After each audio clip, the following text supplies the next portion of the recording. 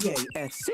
You are now rocking with that dude Pascal. We be going wild, Haitian in the building, so original. Got the haters catching feelings. Get your hands up to the ceiling and keep them held high. Cause St. Louis isn't ready. Forget about it, goodbye. Hold up, we just saying hi. Five somebody, rise up. Weekdays, catch us live. Somebody, let's go.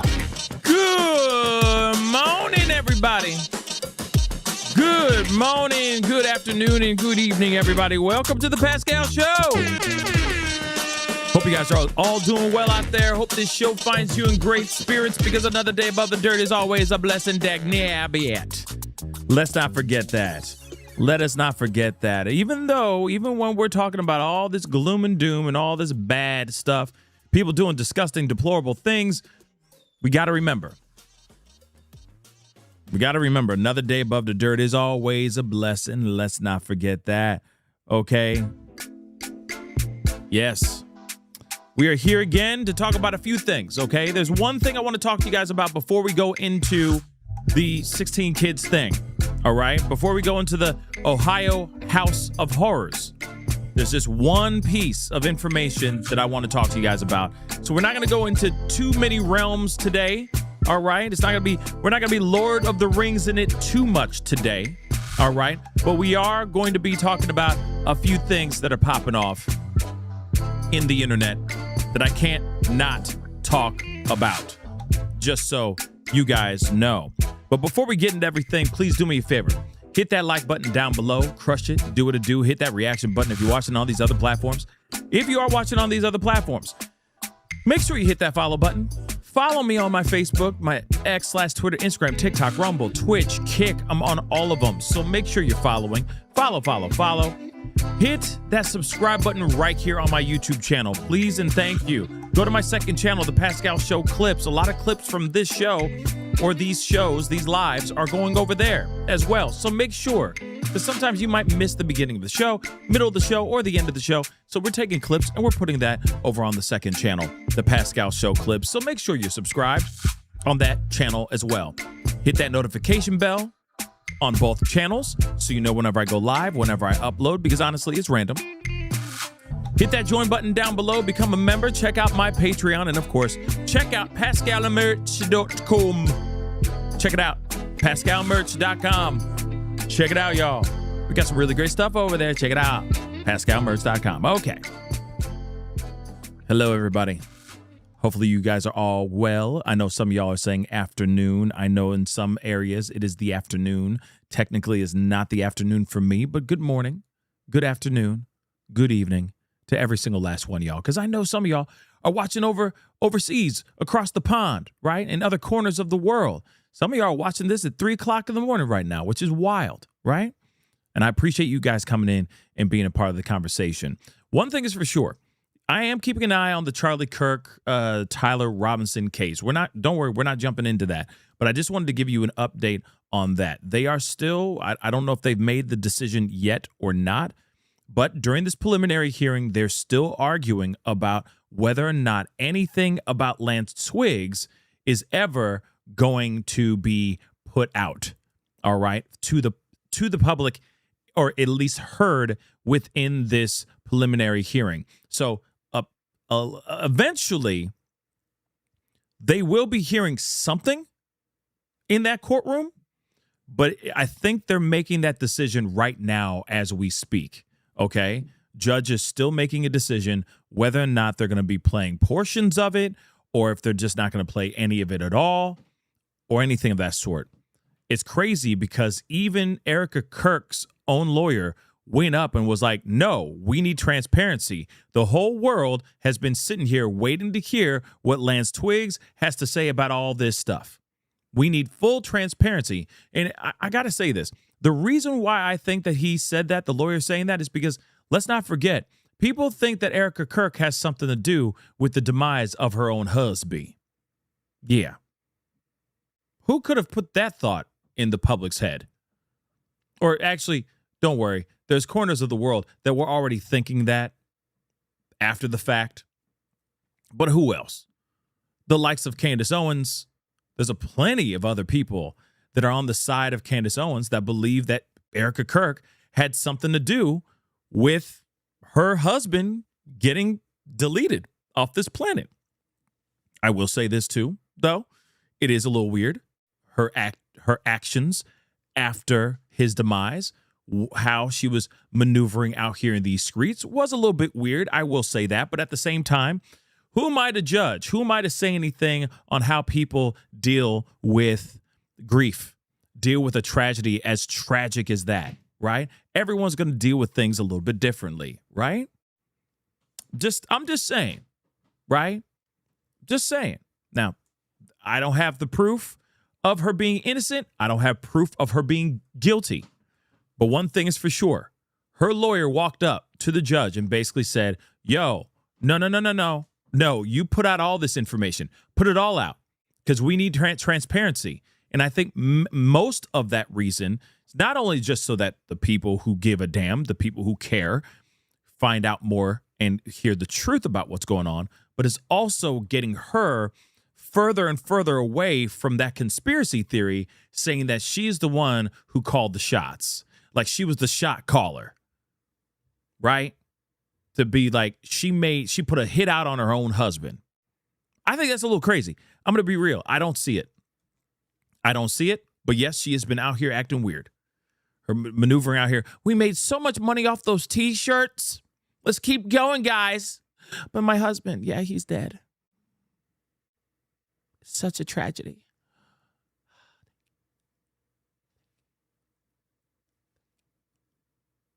But we made so much money on those T-shirts, guys. Millions of dollars. It's amazing.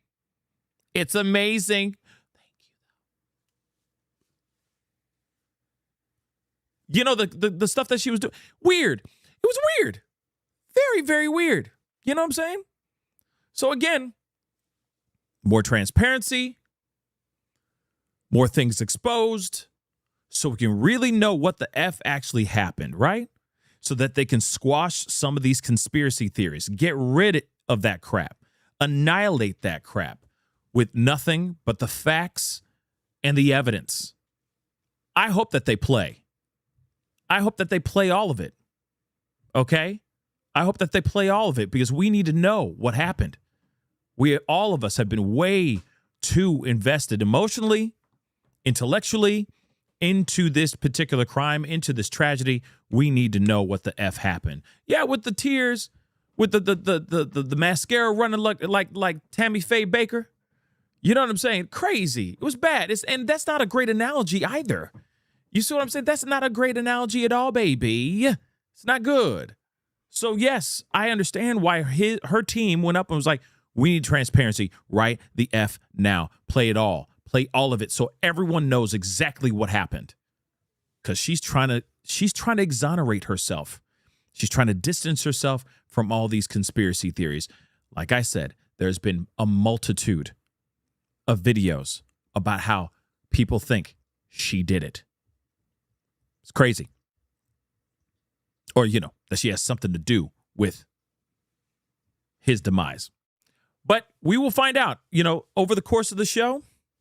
If there's something that pops up, we might pull that up. And if they're going to be playing some of it while we are live, then I will pull that up and let you guys know. But from what I've seen so far, not a lot of y'all give a damn about the preliminary hearings, which is kind of sad, So I'm like, okay, I'm not going to waste all that time, hours, several hours if I don't have to, I'd rather talk to you guys about the things you want to talk about. Okay. But if there is an update while we're live, we will talk about it. All right. Now, here's the thing.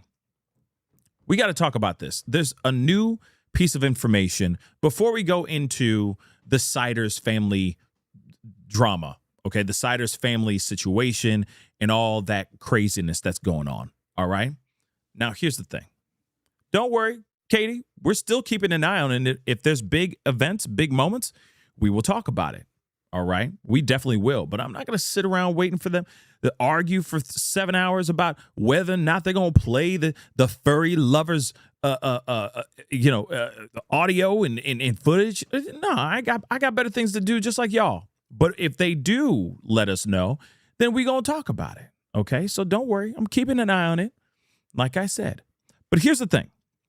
There's been some new developments in the Nolan Wells case. Now, if you don't know about this case, Nolan Wells, 18 years old, he was out with his friends at a place called Horn Island.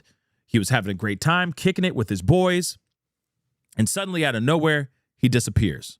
Days later, his body is found in the water, and a lot of people are speculating a lot of different things. One of the things that has been aggravating a good portion of the world is let's just address the elephant in the room, okay? First and foremost, Benjamin Crump is in this photo, but the young man next to Benjamin Crump is Nolan Wells. Let's just address the elephant in the room, okay? He was a black kid with a bunch of white kids on this particular island in the South, in the deep South. And people are side-eyeing the situation solely because of that, all right? Now, I get it. I understand the concern, all right? But one thing is for sure. There's pieces of information that seem a little bit odd. In fact, Benjamin Crump is even pointing this out. And it's not only just the fact that he's a black kid, okay? He may have lost his life in some nefarious way for something completely different. It may not have been racially motivated. Let's just say that really quick. And maybe it was, or maybe it was a mistake. He went swimming, he was drunk, and he succumbed to water, right? A lot of possibilities with this. I will tell you this too. There's been a lot of rumors floating around saying that, his body was half of his face was gone and all that. They're saying none of that is true. All those claims, all that BS is not true. But one thing is for sure. Before he and his friends were about to go back onto the boat that they were on to go back to the mainland, he apparently turned to his friends and said, "Hey, I'm going to go holler at this girl real quick. I'll see you guys at the mainland," which is weird, right? So he goes off and he talks to, he's hanging out with this other girl. We don't know what actually happened. We don't know if, they were doing the hibbity-dibbity in the sand. We don't know. We don't know if they were drinking, maybe getting zooted. We don't know. All we know, according to her, is that they hung out for a little bit and then he left. Like she left him, they parted ways. And then he was never seen or heard from ever again. Here's the other part that was really strange to me that really bothers me a bunch too. His phone was on the boat with the friends that he came to the Horn Island with. That part is a little weird to me as well. You got his phone on the boat, okay? According to what they've been saying, according to reports, they say, we talked about this in the previous show, that they found out that his phone was on the boat. And here's the thing. You got a boat, okay? You got a bunch of kids that have his cell phone. And I'm telling you right now, I don't know about y'all, but an 18-year-old without his phone is like an 18-year-old without a leg, missing a leg. That's any human being. All of us are very much attached to our phones. They are these little devices are our little babies. They're everything to us. And if we don't have it, we don't have our phone on us, it's in the other room or something like that. You feel weird. It feels off, which I definitely recommend. I definitely recommend you try to do that every once in a while. You know what I mean? Couple times a week or something like that. Distance yourself to just detach from your phone for a second. Okay, so you don't have that dependency. But I'm going to be real. Everyone is dependent on their phones to a certain extent, especially an 18-year-old kid who is vacationing, kicking it with his friends, probably taking selfies, probably taking photos, you know what I mean? Taking video of the amazing event that's on Horn Island, having a great time, right? Having a grand old time. But he didn't have his phone.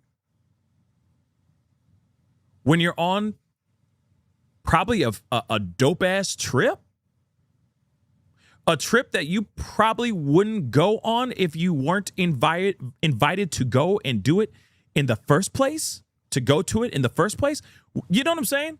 Some dope party, having a great time.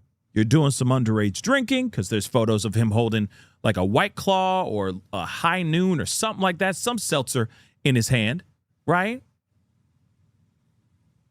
You mean to tell me you're not taking photos and having a great time? Having the time of your life? And you're not documenting any of this? For memories? I feel that's a little weird. So the fact that you got him found in the water, his phone on a boat with the friends that he came over there with, just seems a little off, if you ask me. Now, here's the thing. Benjamin Crump is now saying that a lot of things are starting to get revealed. And it's making people ask questions. It's making me ask questions. Again, this could be a fugazi. It could be nothing. This could literally be a thing where this kid made bad choices and he lost his life due to making bad choices. That's possible. Or something happened to him against his will and he lost his life. Because it doesn't make sense. His friends leave him behind on an island that he's never been to before in his life. He's going and talking to a girl that we still have not confirmed, or at least I have not had this confirmed, whether or not he knew this girl prior to being on that island in the first place. So he's going off with some stranger, all right? Not some strange, okay? But he's running off with some stranger, possibly, that he doesn't know anything about. We don't know the reason or the origin story behind him wanting to go and hang out with this girl. My assumption is he was trying to, he was hollering at a girl.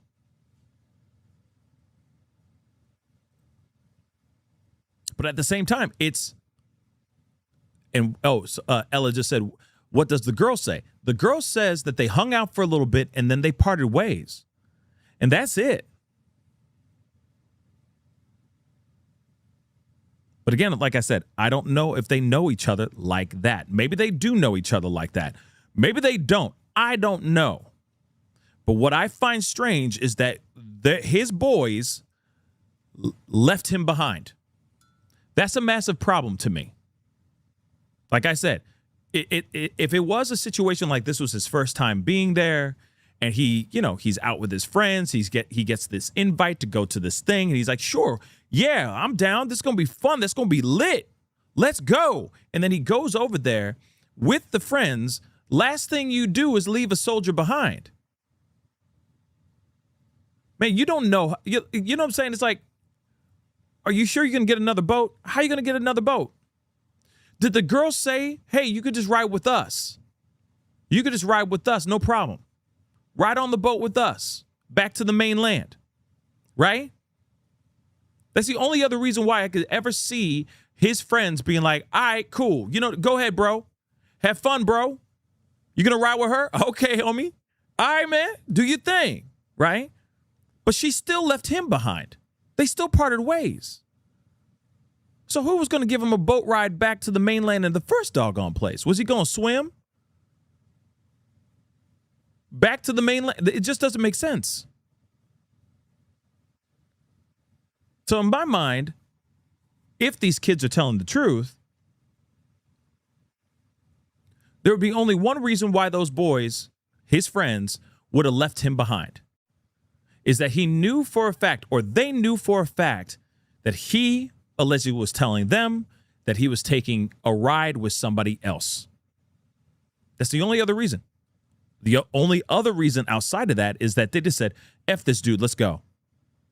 Nah, he'll figure it out. Let's go. And just left him behind. It's two options. They either did him dirty, left his ass behind, or he said, no, I'm good. I got a ride. Yeah, I'm talking to this girl. I got another ride. Don't worry. I got it. She gonna give me a ride, or this dude said he'll give me a ride, back to the mainland. Okay, you good? You sure? Yeah, man, I'm good. Okay, bro. I'll see you soon. I'll see you over there on the mainland. All right, man. See you in a little bit. Deuces. Two options.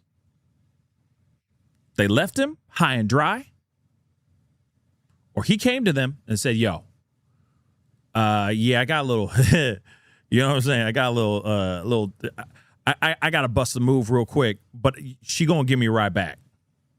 So I'm good. So I'll see you guys in a minute. I'm right back with her real quick. You see what I'm saying? So it seems a little bit weird. So let's take a look at this. Family raises concerns about different stories from pals. That is a massive problem. Oh, let's not forget this too. Deleted text, the something ain't right. Something ain't right. If you got deleted text messages, why?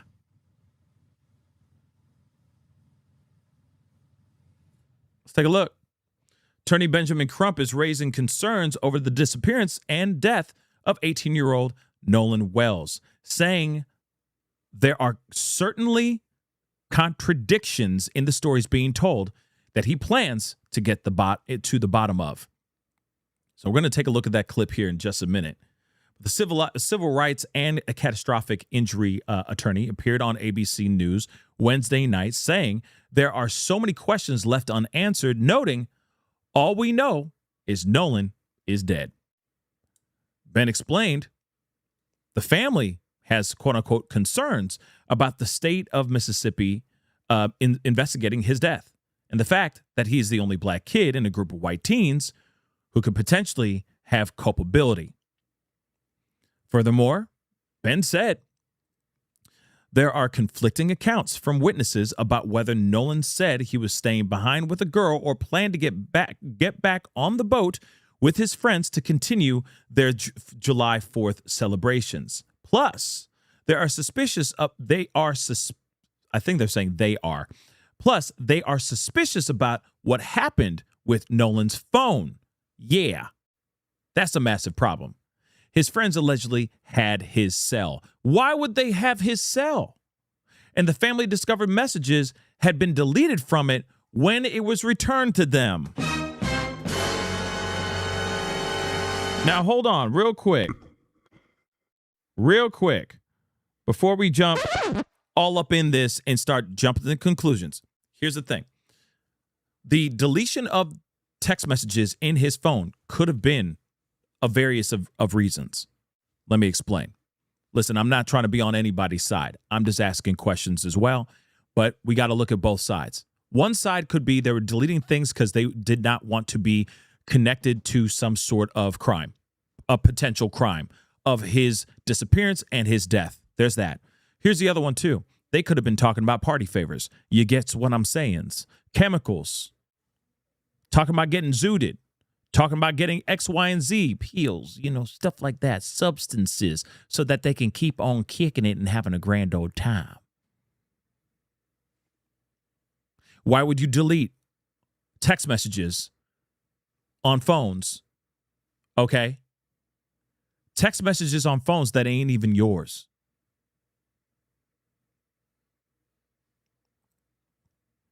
Pink Lady said his friends deleted their social media accounts. His friends have also gotten lawyers.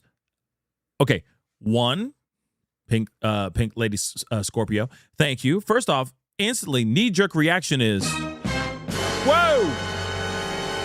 The hell? You talking about what? They did what? Stop it. But then, hold on. Here's another part.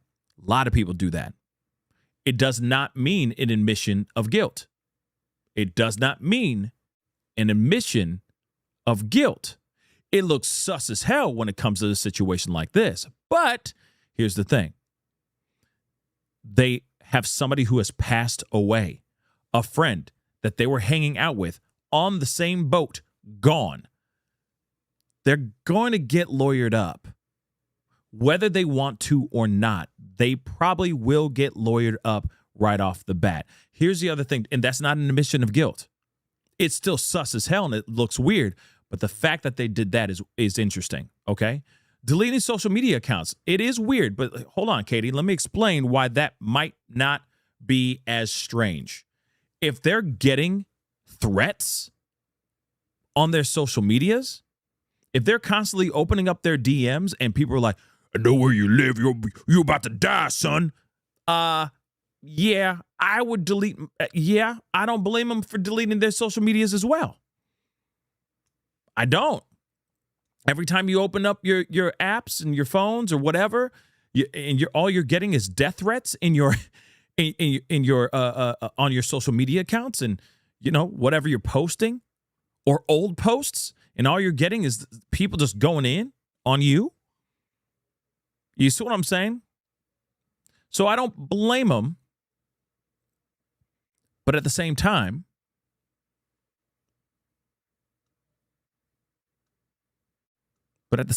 I don't blame, but at the same time, it does look suspicious, right? It definitely looks suspicious, I see 2 points very quickly. Yeah, thank you. It has nothing to do with my zodiac sign. It has everything to do with I'm brilliant. Did you not understand that? I'm brilliant. I'm really smart. I'm sorry. I got a brain that I use a lot. I'm just really smart. Has nothing to do with my zodiac sign.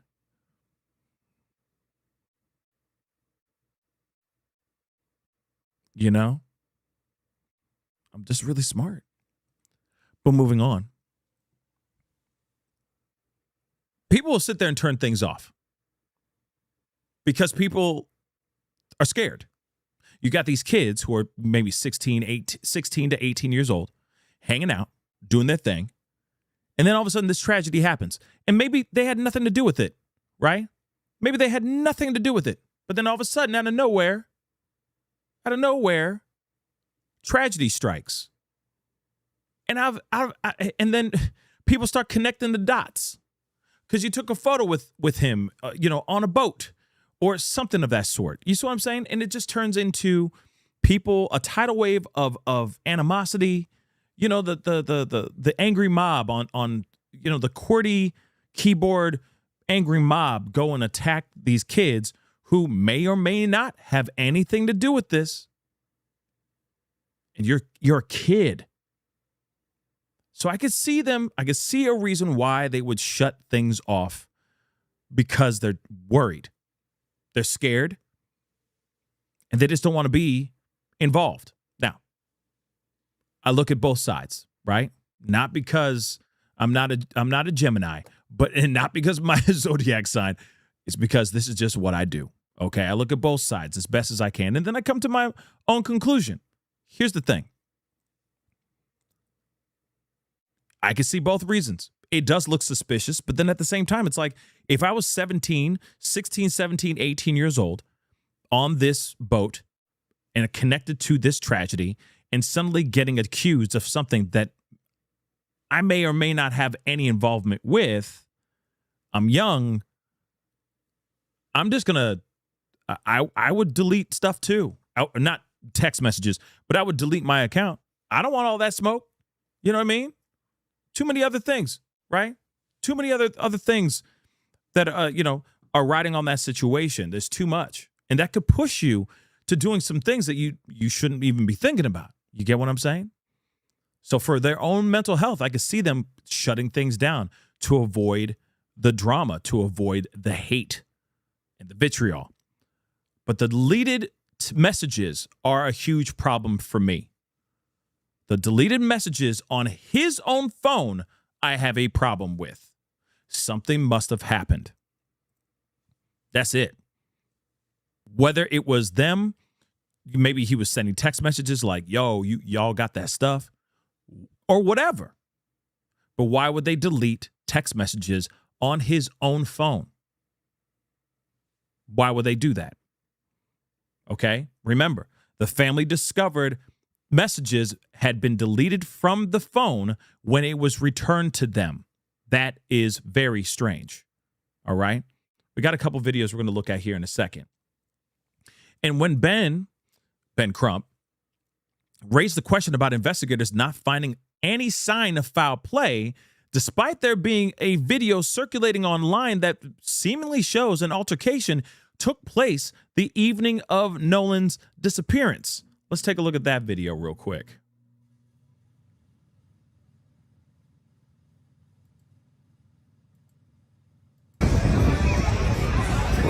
It says a video circulating on TikTok from Horn Island on the 4th of July where you can hear arguing from a group on the beach.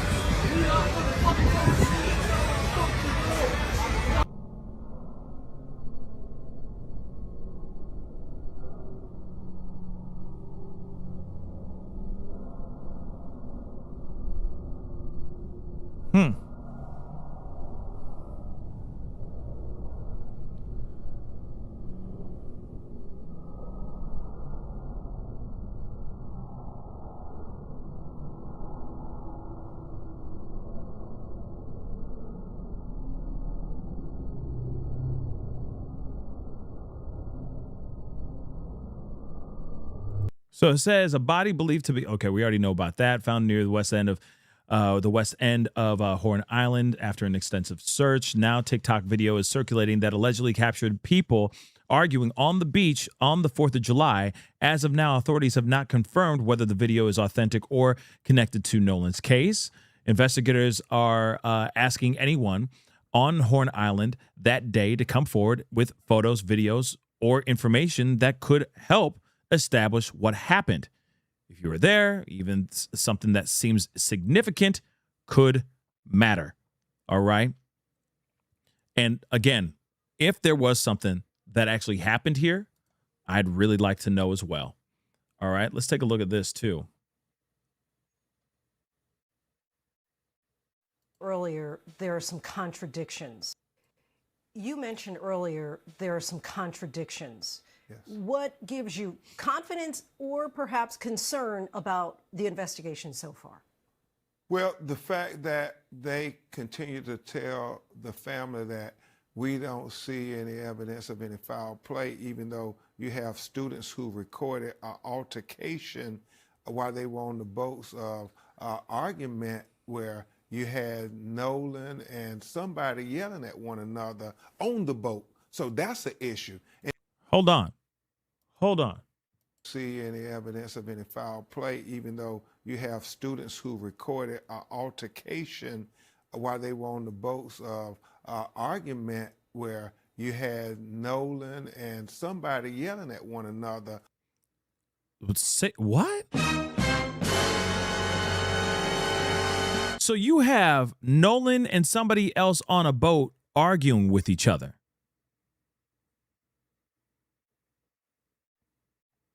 Really? Let me roll that again. I'm not going to interrupt it. That's interesting, though. Of any foul play, even though you have students who recorded an altercation while they were on the boats of argument where you had Nolan and somebody yelling at one another on the boat. So that's an issue. And then you have the young lady make a statement and she says, well, Nolan and I finished talking and Nolan said he was going back to the boat. And then the boys on the boat said, no, Nolan told them he was going to stay with her. And so they are conflicting. She's saying he went and got on the boat. They saying he didn't get on the boat. So which is it?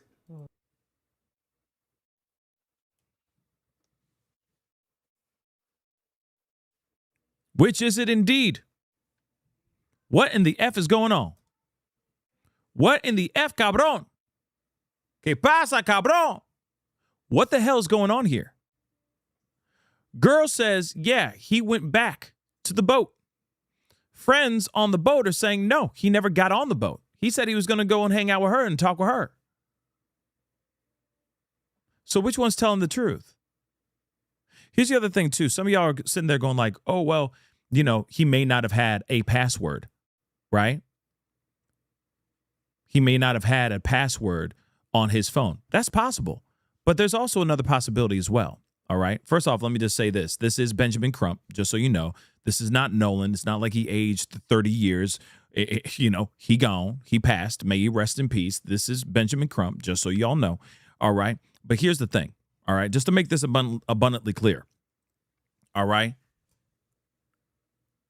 There's still a possibility that they just figured out what his cell phone password was. There's plenty of times when you're taking a photo. You know what I mean? It's those moments where you're like going to take a photo. Hey man, you mind taking a photo, for me? Here, just use my phone. And it's like, oh, I can't open it. What's the passcode? Oh, it's 112233, whatever the hell it is, right? It's 1234, right? And he goes, oh, okay, cool. 1234. But then now he knows what the passcode is. Types it in over and over and over again. No problem. You see what I'm saying? Automatically locked in the brain, especially if the passcode is really easy to remember, right? If it's something as stupid as like 0000 or 1234, which I do not recommend as passcodes, guys. Okay, don't use those kind of code words or code passwords. Okay, that would be dumb. All right, don't do that. But if it was something as simple as that, bang. All you got to do is remember it, right? So again, girl says he came over. They were chopping it up for a little bit. He said he was going back to that boat. Friends say, no, he said he was going to go talk to the girl and I guess get on another boat. So you got two conflicting stories going on at the same time. So are we side-eyeing the girl that he went to talk to? Or are we side-eyeing the friends that he was on the boat with in the first doggone place? Let me just remind you, we just saw footage of these boats. It's not like these are boats where you could just go and like rent a pontoon boat or like there's always a little boat, little community boat that can take people back and forth that he could just go run down to the pier for if he misses his own boat, right? If they take off, he's done. He's stranded on that boat, or I'm sorry, he's stranded on that island. You see what I'm saying? So again, this is very strange. I'm going to play that piece again one more time. One more time. You mentioned earlier there are some contradictions. Yes. What gives you confidence or perhaps concern about the investigation so That's far? crazy. Well, the fact that they continue to tell the family that we don't see any evidence of any foul play, even though you have students who recorded an altercation while they were on the boats of argument where you had Nolan and somebody yelling at one another on the boat. So that's an issue. And then you have the young lady make a statement and she says, well, Nolan and I finished talking and Nolan said he was going back to the boat. And then the boys on the boat said, no, Nolan told them he was going to stay with her. And so they are conflicting. She's saying he went and got on the boat. They saying he didn't get on the boat. So which is it? Okay. So that seems a little weird to me. And all we know is Nolan is dead. So that is a very, very big problem, in my personal opinion, as well. That seems a little bit strange, don't you think? Don't you find that a little strange? Now, that could be nothing. It could literally be something bad happened and, it's a wrap. You know what I mean? Something like he made a bad choice and then suddenly he lost his life. That is very possible. But I want you guys to see this video one more time. This one right here. One more again. Hold on, let me refresh. See these boats? Just look at the boats itself. These are all like obviously privately owned boats. These are individuals with these kinds of boats. So again, it would not make any bloody sense. Let me just play a little bit of this. Wouldn't make any bloody sense for any of these people to leave this kid by himself on this island. Privately owned boats. He got invited to be a part of this event. So like I said, it's not like they went to a place, they rented some sort of pontoon and they went and kicked it and had a great time and blah, blah, blah. And then, yeah, there's like a community boat that leaves the island when, like a couple times a day. So all he had to do was wait around for that boat to pull up and he can jump on that, including all these other people. It's like if his boat leaves and he's stranded there. So that doesn't make any sense. That doesn't make any earthly sense. That doesn't make any sense, guys. And apparently there was an argument going on in the background of that particular video. People yelling and arguing with each other about God knows what. So that doesn't make any earthly sense. All right? So again, back here, okay.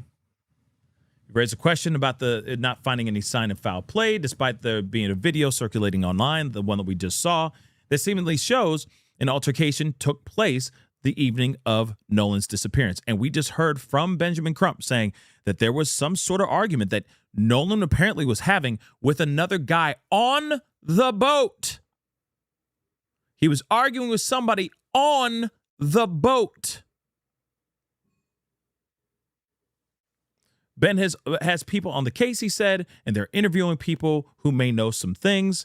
We don't have any underlying connection to the case, who don't have any underlying connection to the case or agenda. So, as TMZ, the article we're reading here, has reported, Nolan's body was found Monday after he disappeared during a 4th of July trip to Horn Island in Mississippi. Obviously, this investigation is still ongoing, and of course, we will find out more information as it continues. But I do find it strange that his parents received his phone back into their possession. They found They found out that there were text messages that were deleted. Why? We don't know. Could have been something incriminating, not only just having some sort of connection to the altercation or something in regards to his disappearance, but it could also mean something about substances, party favors, God knows what, right? You never know where they were continuing to party at once they left the actual island. They may have gone off to go somewhere else to go and continue kicking it even harder. You never know. But one thing is for sure, there's a lot of suspicious activity going on here that I'm very curious about. And like I said, this may not be racially motivated at all. It could literally be a sprinkle in a little bit of alcohol. You got some testosterone in there, and maybe there's a female factor in there as well. And you got yourself a world of trouble. And then a bad mistake happens, and then all hell breaks loose, right? But something seems strange. Something seems really strange. Here's the other thing, too. The way that they were breaking it down, you saw how that thing was set up. You saw the layout of the boats and everything. You see how it is right there. It's not like they ran off, like all these boats are parked on piers. And he was like, yo, I'll be right back. And he ran down the pier and he just disappeared. Look, it's not like he's run into a wooded area where no one can see him. You see what I'm saying? This is not a wooded area. Look again. Look, no wooded area. There's no trees. It's flat as far as the eye can see. So it's not like they were sitting there going like, we don't know where he is. We can't see him. Where did he go? Where's Nolan? No, he hid behind some trees. He just ran off with some girl down behind some trees. There's no trees. There's no trees. So if he was off talking to a girl, he was just standing right there on the beach, not far from the area, maybe a couple yards away from the ocean, away from the lake, and that's it. You mean to tell me you didn't sit there and go, wait, we cannot leave our boy behind? That's weird, right? So then you add all that, you add everything together, you add the fact that there was an altercation on the boat. You add the fact that the girl said he went and talked to her and said that he was going back to the boat and then you got the friend saying that he never went back to the boat and that he said he was going to stay with her and find a ride with somebody else, which is weird. Why would he need to find another ride somewhere else? That makes no earthly sense to me. Then his phone was still on the boat and not on him, not with him. And when the family received the text messages or received the phone, messages on his phone were deleted.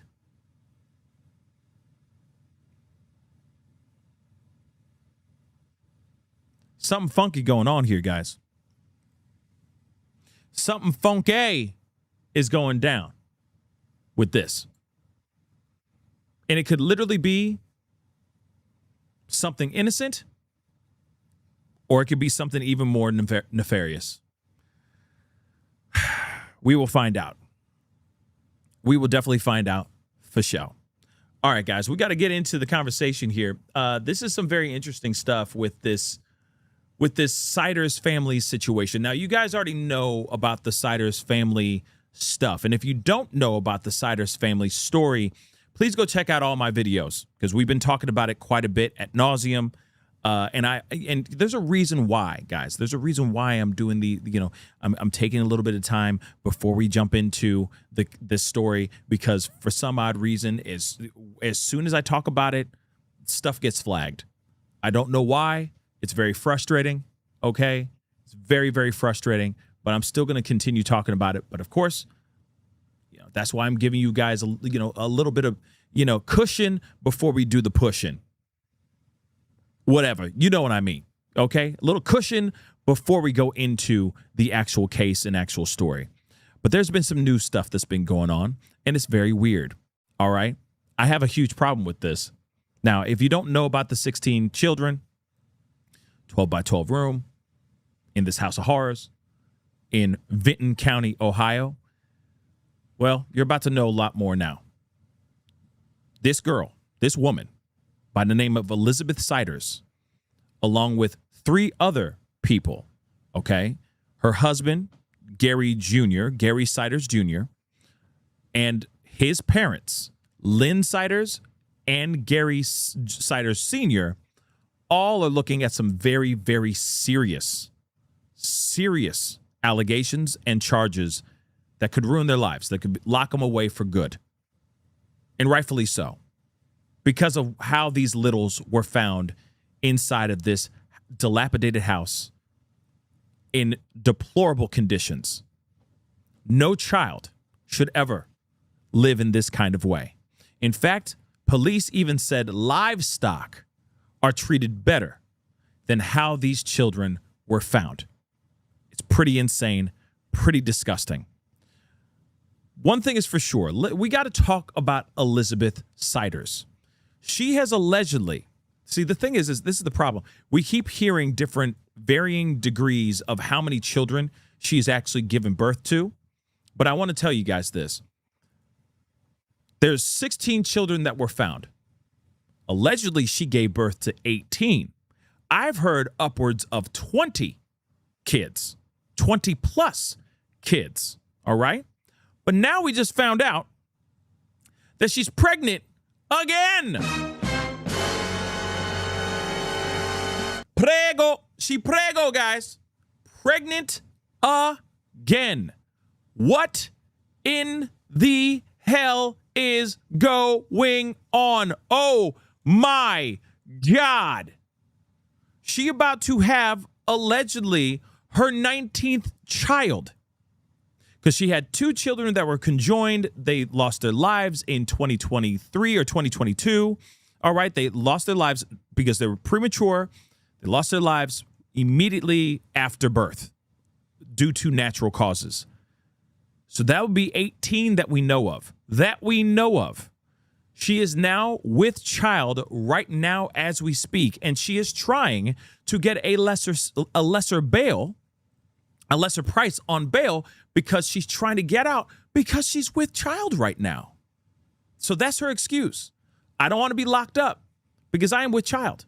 I need to be out of here so I can bake this child to full term and bring this alleged 19th child into the world. Now, here's the thing. We're going to talk about all that and then some. It's very interesting. I'm going to ask you guys this. Does this automatically mean that she's a victim? Hold on. I'm asking for a friend. Does this automatically mean that she's a victim? Because some people, I did a short on it yesterday, right? And I talked about all that with y'all. That part, I'm like, damn, she pregnant again. She prego again. With a child, prego. She prego with a child. And I said, that's pretty crazy. And I was reading some of the comments, right, after I did it. And this is what's crazy about this is y'all were like, oh, my God, she's definitely a victim. Oh, she's a victim for sure. Wait a second. She's a victim because she gave birth to 16 children? She's a victim. That confirms victimhood because she's pregnant for maybe the 20th time, 23rd, 24th time. I don't know how many times she's been pregnant. All right. Think about that for a second, because some of y'all are like, oh, yeah, she's definitely a victim. How is she a victim? How does that automatically constitute her being a victim? What if she willfully gave birth to these children? Remember, she says she's not a victim as well. I will say this too. The Gemini in me, is talking. The Gemini in me is speaking and it's giving. I'm not a Gemini, but I have to talk about the other side. She could very well be a victim. Stockholm syndrome, brainwashing, grooming, all that, right? It's very possible that she could be a victim. But she may not be a victim. And she may have willingly been down for more children. That's it. That's it. It could be either one. It could be both too, Easter. You ain't wrong. She could be both. She could be a victim and not a victim at the same time, which is crazy. But think about it.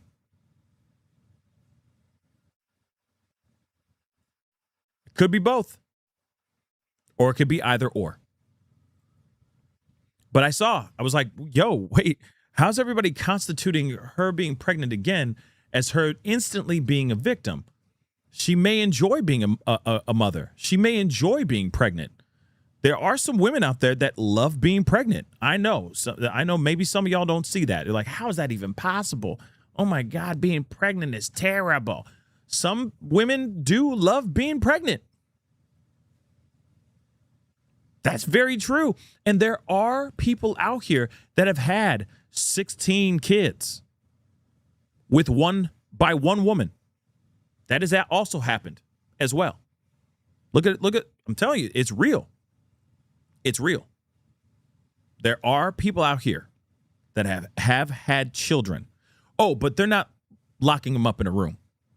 I will say that. They're actually being good parents and raising their children, all 16 of them, right? There are people out here, this does exist. This does exist. That every time they bed, they come back out from that bed with a new baby about to be brought into the world in 9 months, right? It does actually exist, all right? And it doesn't mean that does that automatically mean that that woman that's giving birth to multiple children with their loving husband, does that automatically mean that that woman's a victim too? I'm just saying. Think about it. Think about it, y'all. So again, the verdict is still out for me. I just will say that. The verdict is still out for me on whether or not she's a victim or not. She claims she is not.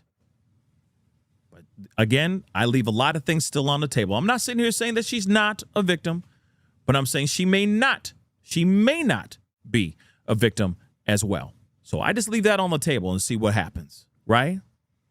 Just leave it on the table and see what goes down. But one thing is for sure. she is with child again. And she may get out solely because of the fact that she is with child right now. Again, for the 19th, 20th, 21st, or 23rd time. Just so you know. Pretty freaking insane, if you ask me. We're going to be going into Law and Crime was the one that broke. Anjanette Levy was the one who kind of broke the news about that, which is absolutely crazy.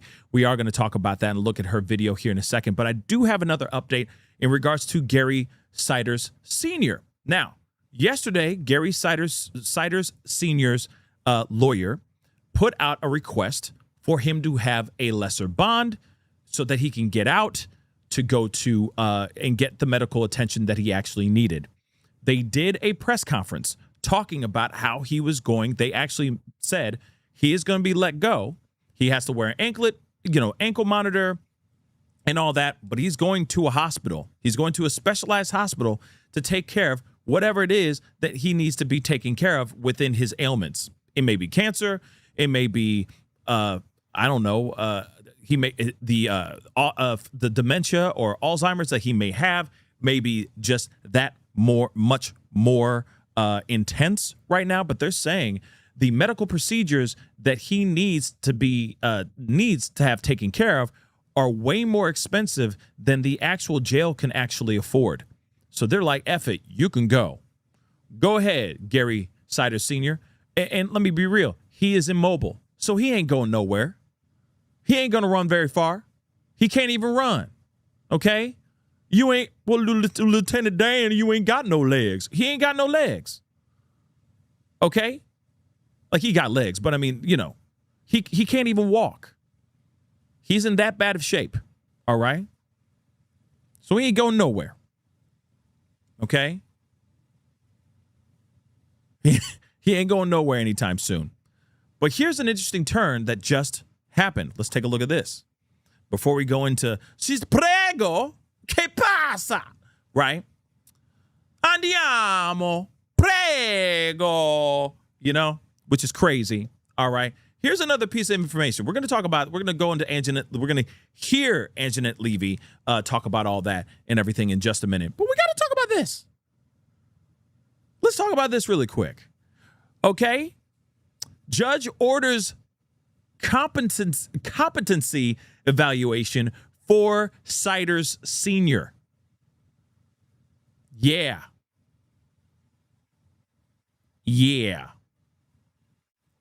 Crazy. Lord have mercy. Let's take a look at this. A Vinton County judge. Why does anybody think of Mama's Family? When you hear Vinton? Oh, come on, Mama. Nobody remember Mama's Family? Vinton. So Vinton County judge ordered that the grandfather charged in this endangerment case be evaluated to determine whether he is competent to stand trial. Remember, this is the reason why I highly, highly urge y'all to go and follow my Facebook, okay? Follow my mother-loving Facebook, because there's so much updates. There's so many updates that I don't have time to just hop on the phone or hop in front of the camera and be like, so what had happened was, here's the breakdown of this one today, okay? Because there's so much movement going on with this particular case, all right? So many updates in this particular case. It is absolutely wild. And so I'm posting a lot of things on Facebook. It's like bow, bow, bow, because it seems like every hour there's something new going on with this Siders family situation. Just a few days ago, his lawyer put out saying, I don't think he's competent.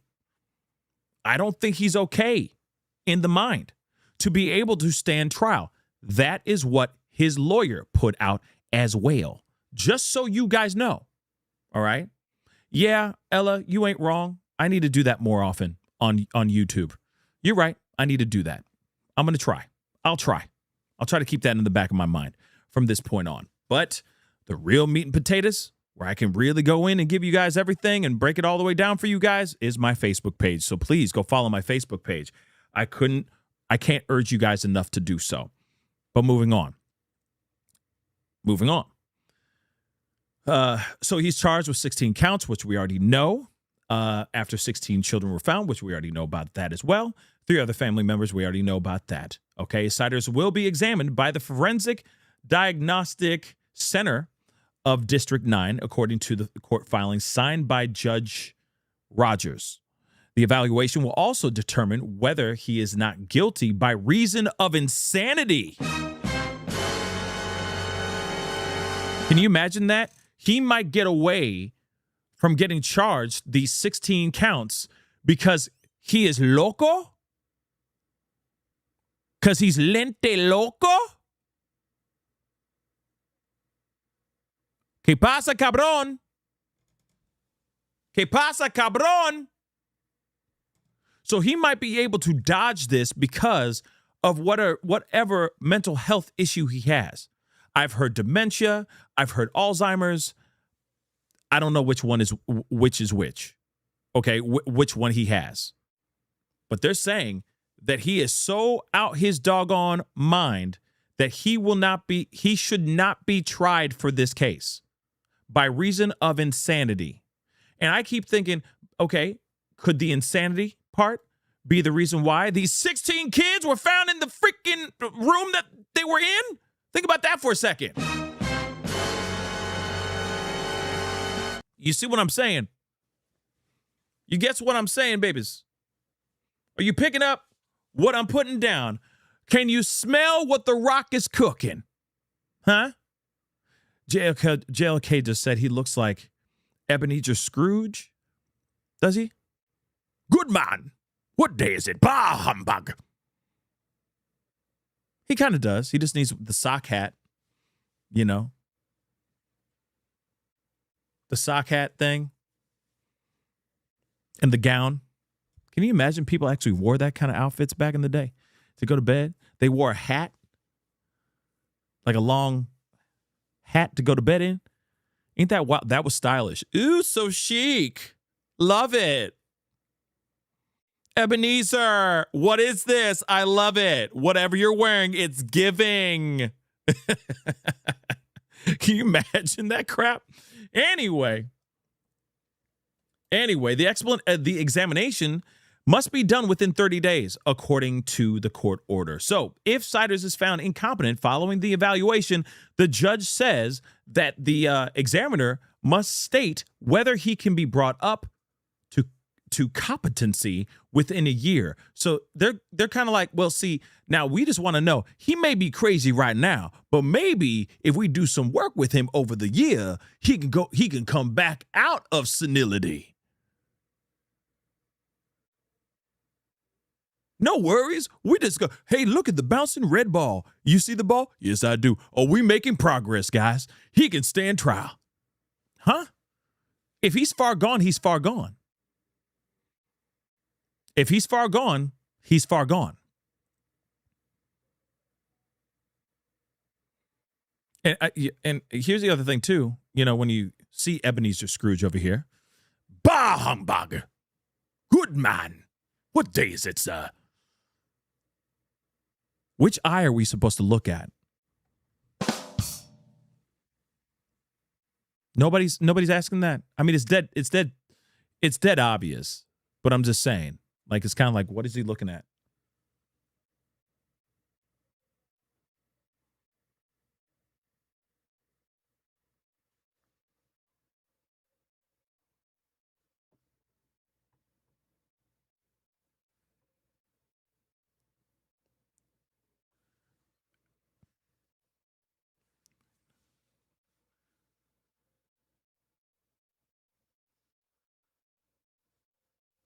Right? Okay.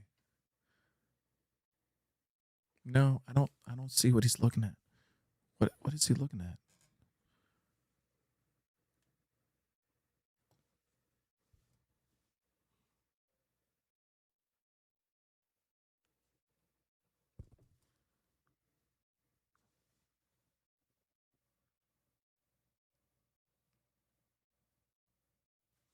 No, I don't. Swear to God, I don't know what he's looking at. And then do you get used to that? Just looking at that one side of his face, that one eye forever? Has he ever thought about shades? Corrective eyewear, maybe? What?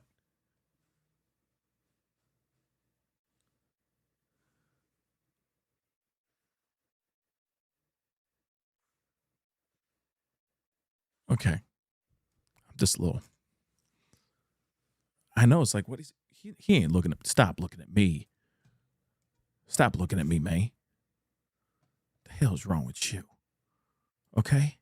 JLK, thank you so much. Him and Cash could go eye for eye.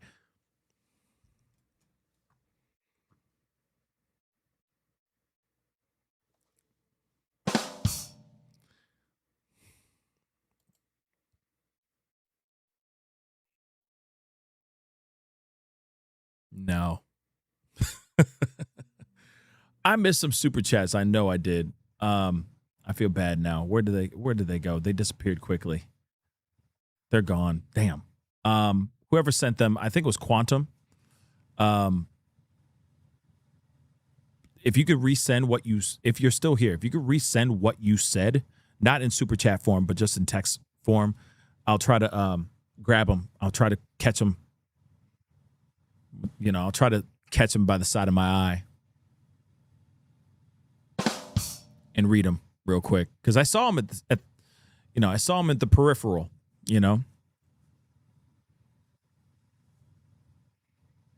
So anyway, as I was,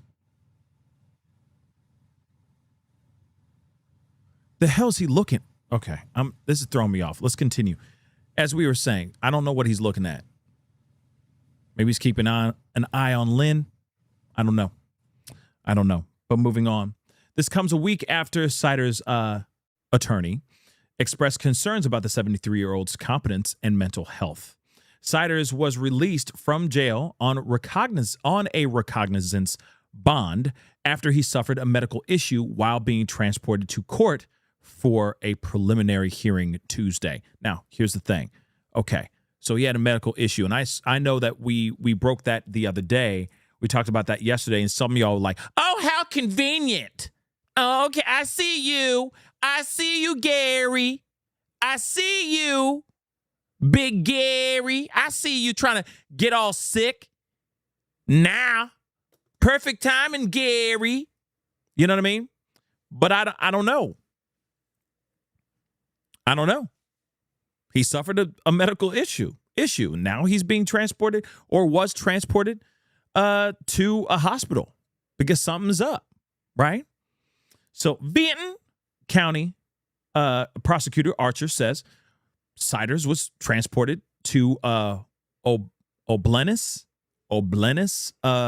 Hospital in Athens. There, doctors said he was a serious medical condition that required specialized care outside of the area. Archer explained that because Siders is housed within Benton County Jail, the county would have to be responsible for Siders' medical expenses that could potentially bankrupt the county. So they're like, oh, word? We got to pay for that? You got to go. Oh, word? It could bankrupt the entire county? No, you could pick him up right now. His name is Gary Sider Sr. Yes. Not cider like like apple cider. S. Like he's side-eyeing us right now.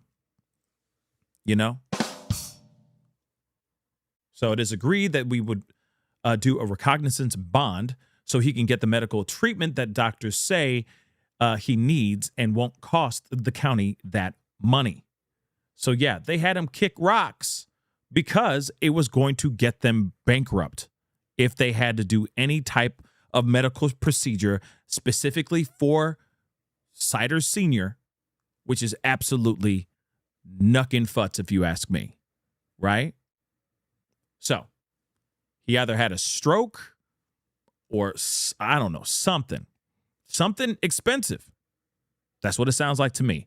Something pretty expensive. Now, we got to get into this conversation. And this is, like I said, just absolutely nuts that you have new information coming from the places like Long Crime and other areas as well that are basically saying that Elizabeth Siders is with child right now. She is pregnant again. I also heard, I don't know if this is entirely accurate or not, but I also heard that it's a baby girl. They're expecting a girl.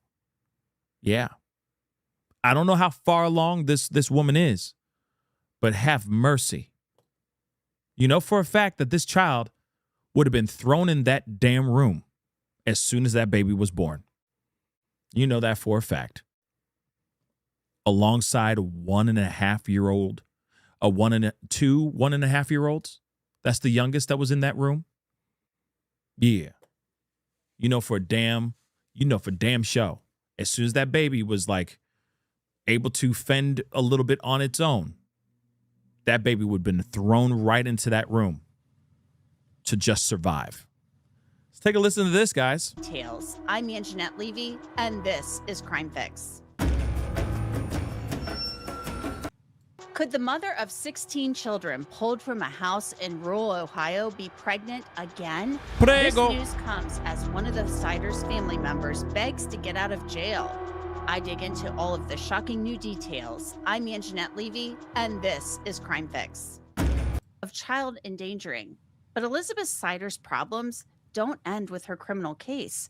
She has another issue she's dealing with right now. I've learned that 33-year-old Elizabeth Siders is pregnant again. Damn. Right now, as she sits in jail. She's expecting. And I've confirmed Siders hasn't just given birth to 16 children. That number is actually 18, and birth records prove it. So 18 children. 18. Now, here's the thing. It wouldn't be shocking. I mean, it's still shocking. It's still surprising when you find out that somebody has pushed out 18 children. It's still, that is a physical feat. That is amazing. If you took out this situation, if you took out how she was married at 15 years old, you take out all that stuff, you push all that stuff to the side for a second, take all the crimes that are being, that they're being alleged of doing, or they were caught doing as well, the 16 kids being found in the way that they were found, so on and so forth. Just the fact of giving birth to at least 16 children is still a shocking piece of information. And some might be like, oh, look at that. Won't he do it? Doing the claps and everything. Oh, that's a beautiful thing. Bringing so many children into the world. Some will be like, holy crap, this is a freak show. How are you able to, how are you walking? How are your hips, girl? You know what I'm saying? How are you even able to, wow. That's insane, right? So, because that's a shocking feat to begin with. I'm saying if it's all consensual, children are raised right, loved, nothing but love and happiness. They're fed, they're happy, they're cleaned, they go to good schools, parents still love each other madly, and they keep bringing out these kids. Great, amazing. I commend you. Good luck. I don't know how y'all sleep. But at the same time, that's not the case here. See, it'd be a different situation if she was doing what she was doing and these kids were cared for and they were still parents in a house that has windows and doors. These kids were cleaned and not smelling to high heaven. Be a different story. But still, no matter what is a main shock, aside from these kids being found, is also the fact that these kids allegedly came from one woman only. Like I said, I did the math, and if I have it correct, there would have been 5 different years out of her entire life from the moment that she met this piece of trash, Gary Siders Jr., from the moment that she was in this relationship with him till now. She has been not pregnant at least 5 different years in her life. And that's spanning over multitudes of years. If the math is right. Because like I said, we're hearing from Anjanette Levy. Shout out to Anjanette Levy. Fantastic reporter. She does fantastic work as well. I've said that in the past. We just haven't gone to her podcast in a while. The fact that, and we're hearing from Anjanette Levy saying that it's 18 children. Well, actually, now it's going to be 19, right? But then we've heard other stories where it's 22. We've heard 20 to 22 kids. So the problem is which one is which? What is it? Is it 18? Is it 22? And one on the way. Which one is it? But yes, Dread Lover, it'd be 20 years of her being, within those 20 years, being pregnant. Now we're hearing like 19 different times. If that's true, she had very little time on her hands to not be pregnant.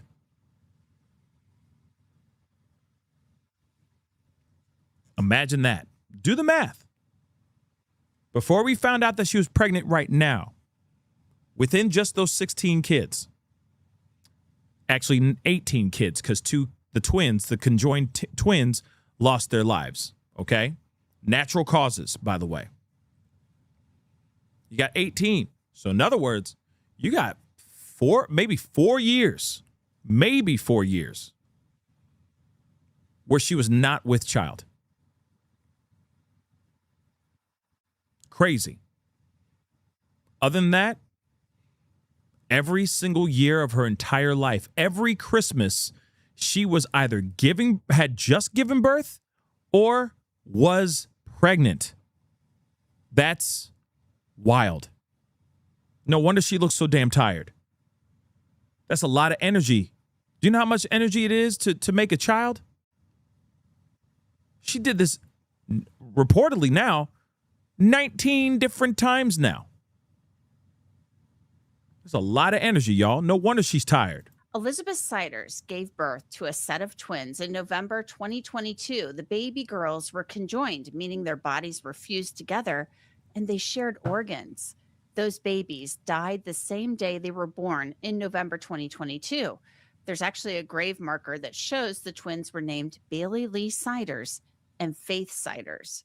So right now, it would appear that Elizabeth Siders is actually pregnant with her 19th child. The children that Elizabeth Siders shares with her husband, Lord. Gary Siders Jr., are recovering, and at least one of the children is still in the hospital a little more than a week after they were found as deputies and state agents executed a search warrant at the house on Omer Street. The 4 Siders family members, Gary Jr. and Elizabeth Siders, and Gary Jr.'s parents, Gary Siders Sr. and Christina Siders, who goes by Lynn, faced 16 counts of child endangering for the conditions the children were living in and the condition they were in when they were found. When the 4 were first arrested, they were actually charged with 17 counts of child endangering, but now that number's 16.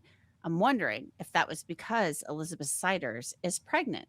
It could be. The 4 Siders family members were supposed to appear in Vinton County Court this week for a preliminary hearing. That's a hearing where a judge determines whether there is probable cause to show that the crimes were committed, and the judge would then decide if there's enough evidence to send the case to trial.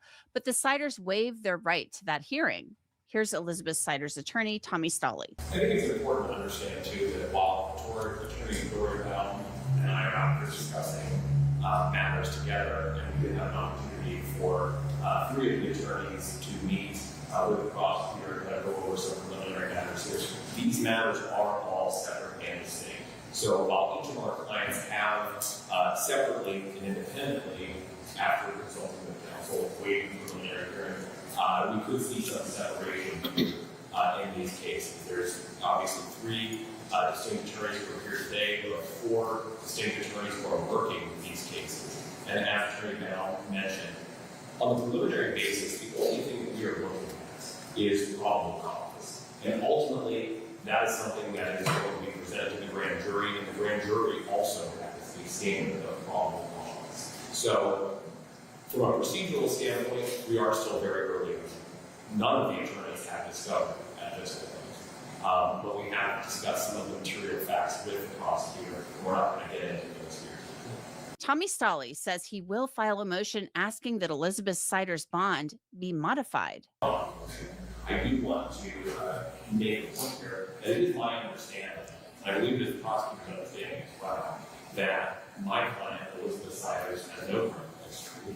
So when the court is looking at deciding what the bond is going to be set at, there are factors that are enumerated out from the court for them to help them make that decision. Ultimately, in this case, there's a lot of attention given the fact that you're all here.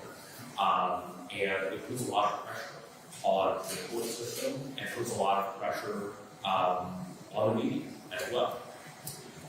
For my client specifically, not having any criminal history, to my knowledge, not having ever been charged with failure to appear, starts to mitigate some of those factors. Some of the things that courts will look at in a case like this is what does that criminal history look like? Have they ever been charged with failure to appear? Because we're trying to determine, is this person a flight risk?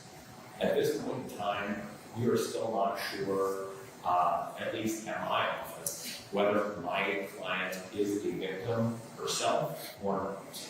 I have previously stated that she does not necessarily characterize herself as a victim, but the investigation from the prosecutor's office, the investigation from my office is still ongoing. So my problem is that they're going to try to convince her, because here's the thing. We got to look at both sides of the situation here, okay? Think about this. There's a possibility that she may not be a victim. There's a possibility that she is a victim and she's just brainwashed. Let's look at both sides here. But I feel that, because those possibilities are still on the table, but I feel that she may get manipulated into by his team, by her lawyer, to basically say, no, come on.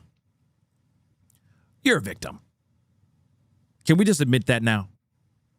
Just to say you're a victim. Because then it gets her off on lesser charges. Remember that. He wants her. This lawyer would rather have her be a victim and her say that out loud than for her to say that she's not a victim. It's a much easier hill to climb if he was to find out, or he was to convince her to say, yes, you are a victim. You don't see that? Now, I don't know how he's going to convince her, because that would be manipulation. And if it is true and she is a victim, then that would be manipulating her again. You see what I'm saying? So, I mean, clearly, Raven, there must be some mental health issues going on here. You know, and then the other question is like, why would they do that to these littles? Why would they do that? And then why would they keep having more and more children? Were all these children coming out with problems, deformities, something like that? Because we don't know much about these kids. All we know is that most of them are nonverbal. Most of them can't even write their names. There's no education for these kids, nothing whatsoever. What happened? Why did they have these children and then suddenly out of nowhere say, why did they have like 2 or 3 of them and then just say, let's just keep having more? Did they not make the perfect child or something? You see what I'm saying? It's weird. And if the dad's job was only door dashing, I mean, unless you're door dashing all day, every day, you got plenty of time to make more babies. So I don't know. Some weird about this, but he's sitting there going like, hey, you know, she's saying that she's not a victim. Hear it out. Hear what he's just said. She's saying that she's not a victim. But it's almost like he's like, but the jury's still out on that. Are we sure about that? See, that's the thing. I'm also wondering that too, Jamie. Did they have food stamps and all that? That's the other thing I'm trying to understand too. Did they have food stamps? So from my understanding, I would assume that they did, but maybe they didn't. They still were renting. They were renting that house. And I guess they paid their rent on time. No conversations about any eviction notices or anything of that sort. So they were paying rent for that house. So somebody had to go and bring home the bacon. Somebody had to make some bread. How much was it to rent that place? I don't know. But that is just strange. But hear what he said. He just said about the victim part. Hold on. Still not sure, at least at my office, whether my client is a victim herself or not. I previously stated that she does not necessarily characterize herself as a victim, but the investigation from the prosecutor's office, the investigation from my office is still ongoing. So it's still ongoing. So with all of that, taking all of that into consideration, we anticipate filing a motion to modify this law. So still, they don't have any, like I said, they don't have any proof on whether or not she is a victim or not. And like I said, the jury's still out on that. But at the same time, she's saying that she is not a victim. God only knows. But I feel like it would be an easier battle. It'd be an easier hill to climb if she was to step forward and say, I am a victim. I was brainwashed by this man right here. And the other two, grandma and grandpa, my father and mother-in-law, they brainwashed me as well. I'm a victim. She could get a lesser charge. She could get a lesser sentence and all that, right? She could get out a little bit easier than the other three. But I don't know. And of course, now you're looking at Paw, and they're saying he may not be competent enough to stand trial by reason of insanity. So he'll just be locked away in some sort of psych ward, and that's it. And he'll just fade into oblivion without even really feeling the consequences of the actions that they made to keep these kids in the conditions that they were in. Crazy. And taken away. The four Siders family members paid them a visit, and the Siders did not after date. That is a question I'm working to answer for. Hold on. And there are answers. One big question surrounding this case was Children's Services, Ohio's Department of Children and Youth, aware of the Siders family? Were they getting health and medical benefits from the state? Here we go. That is a question I'm working to answer for you.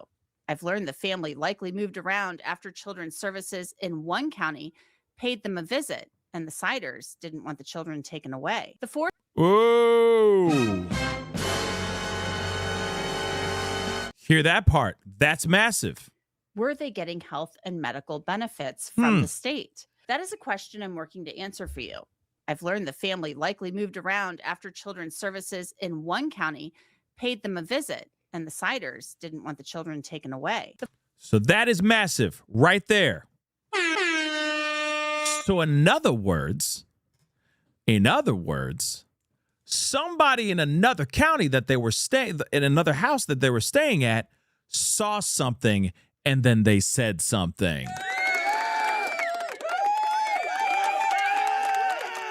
But let's not get it twisted. CPS, DCFS, whatever the acronym they have for Child Protective Services, all right, did pay them a visit. And what happened? Not a damn thing. Not a damn thing. Okay, just want to make that abundantly clear. Because if they did do something about it, these kids would have been taken out a long ass time ago. So they picked up their stuff and they kick rocks and they ran off to another place. And I guess they weren't squatting in this house, but it does look like they're squatters the way that they treated this new house that apparently they were renting from. They were renting that house. But let's continue. Somebody in that town, before they kicked rocks and ran to another place, saw something and then they said something because of how these kids were living or how they were living there. Because I'm sure that same type of hoarder-ish type of vibe, the deplorable living conditions probably was going on in that other place the exact same way, guys. The exact same way. All right, let us continue. Four Siders family Have members mercy. could face even more charges after the case is Hold on. I need you guys to hear that one more time. Anjanette Levy, say it again for us. Say it again for us, sweetheart. family. Were they getting health and medical benefits from the state? That is a question I'm working to answer for you. I've learned the family likely moved around after Children's Services in one county paid them a visit, and the Siders didn't want the children taken away. So what does that mean also? I had to play it again because I also want to know, did they just kick rocks? Did they fight back? The way that they were living doesn't seem like they had any money to begin with, so it's not like they could just get a lawyer to fight that case, to hold on to their kids. So what happened? They picked up their stuff and just hid out in another house? Trying to fly under the radar? Weird. Here's the other thing that's also sad about this. What if Gary Siders Sr. has nothing to do with any of this? What if he's just an old man, like slowly slipping into senility, right? He's getting very sick, very old. All this stuff is just happening right in front of him, but he has no idea what's going on because his mind is that gone. But he doesn't have the proper medication. He doesn't have the proper care to take care of whatever's going on with him, right? What are the possibilities of that? But here's the other thing, too. He for damn show definitely turned a blind eye. Because one eye goes that way.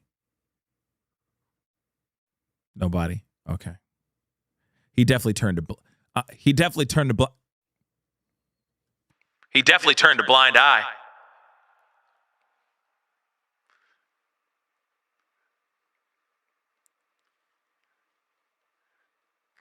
Get it? You know?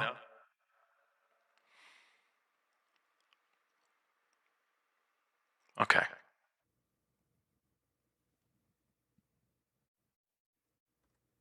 I tried. Let's just continue. Four Siders family members could face even more charges after the case is presented to a grand jury. Right now, they've pleaded guilty to the child endangering charges. Remember, there was a search warrant executed at the home for a separate investigation. That's how the children were discovered. That search warrant and affidavit remain sealed for that investigation. But we know that investigation is not related to 4 misdemeanor public indecency charges that Gary Siders Jr. faces for alleged incidents in May at his home. Another new development in this case, the Vinton County prosecutor, William Archer, has asked the court for help to prosecute the Siders. Archer filed a request with the court asking that the Attorney General's office and an elected prosecutor from another county, Highland County prosecutor Annika Collins, be appointed to assist with the case. That raises the question, will this Vinton County prosecutor, William Archer, actually stay on the case? The Siders children who've been released from the hospital have been placed with foster families. Some of the children remain hospitalized, but some of the older Siders children were actually active on social media. They have accounts where they displayed images from anime and even used cats as their profile photos.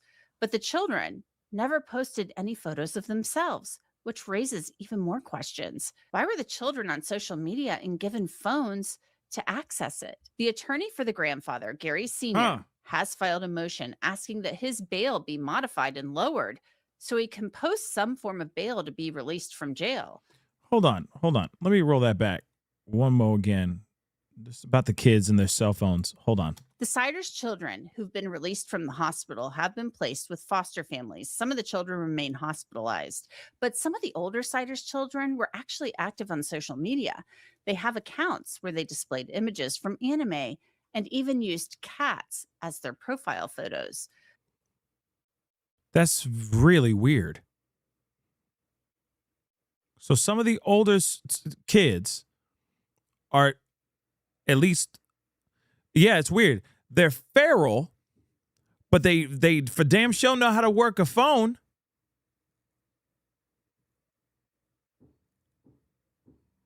Huh?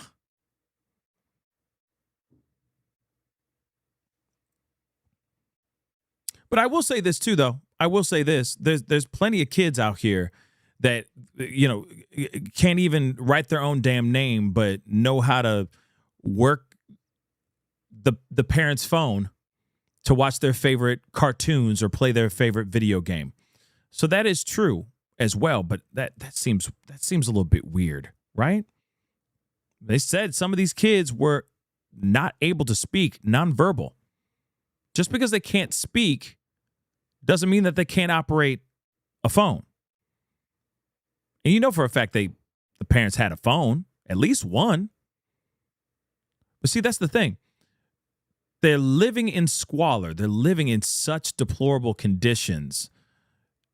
So instantly we're thinking, oh, okay, they're super poor. They can't afford much, but they're able to pay the bills to a certain extent. They're able to pay the rent.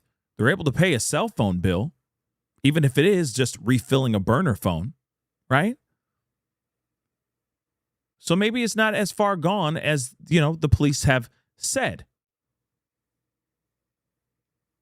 Yeah, uneducated doesn't mean feral, but they said feral. Like these kids were like, you know what I mean? Like found in this room by their damn self, covered in filth. You know what I mean? It's weird, right?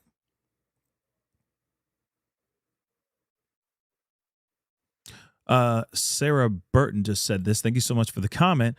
Pascal, I work in a dentist, and we have people come in that can't read or write, but they use phones. Exactly. They spell what they think the words sound like and use voice messages to talk to text. Yes. So but that's the thing. There are some that are nonverbal though. So I'm assuming it's all the younger kids. And the ones that are like 16, 17, 18 years old, maybe even as young as 15, maybe 13 years old, maybe they're able to speak without any issues. But maybe they were feral because they're not eating. Because they're starving, right? So maybe that's why they were feral. Like, hey, all I got is this little Twinkie you want, and the kids are just snatching at it, like, just eating it because they're starving. You know, feral could be that too, right? I mean, the way that they're treating these kids, if they were just starving in that room, living off of sweet vegetable oil,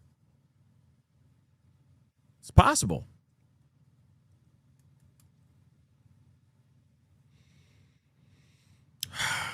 Sad. Very sad stuff. Let's continue.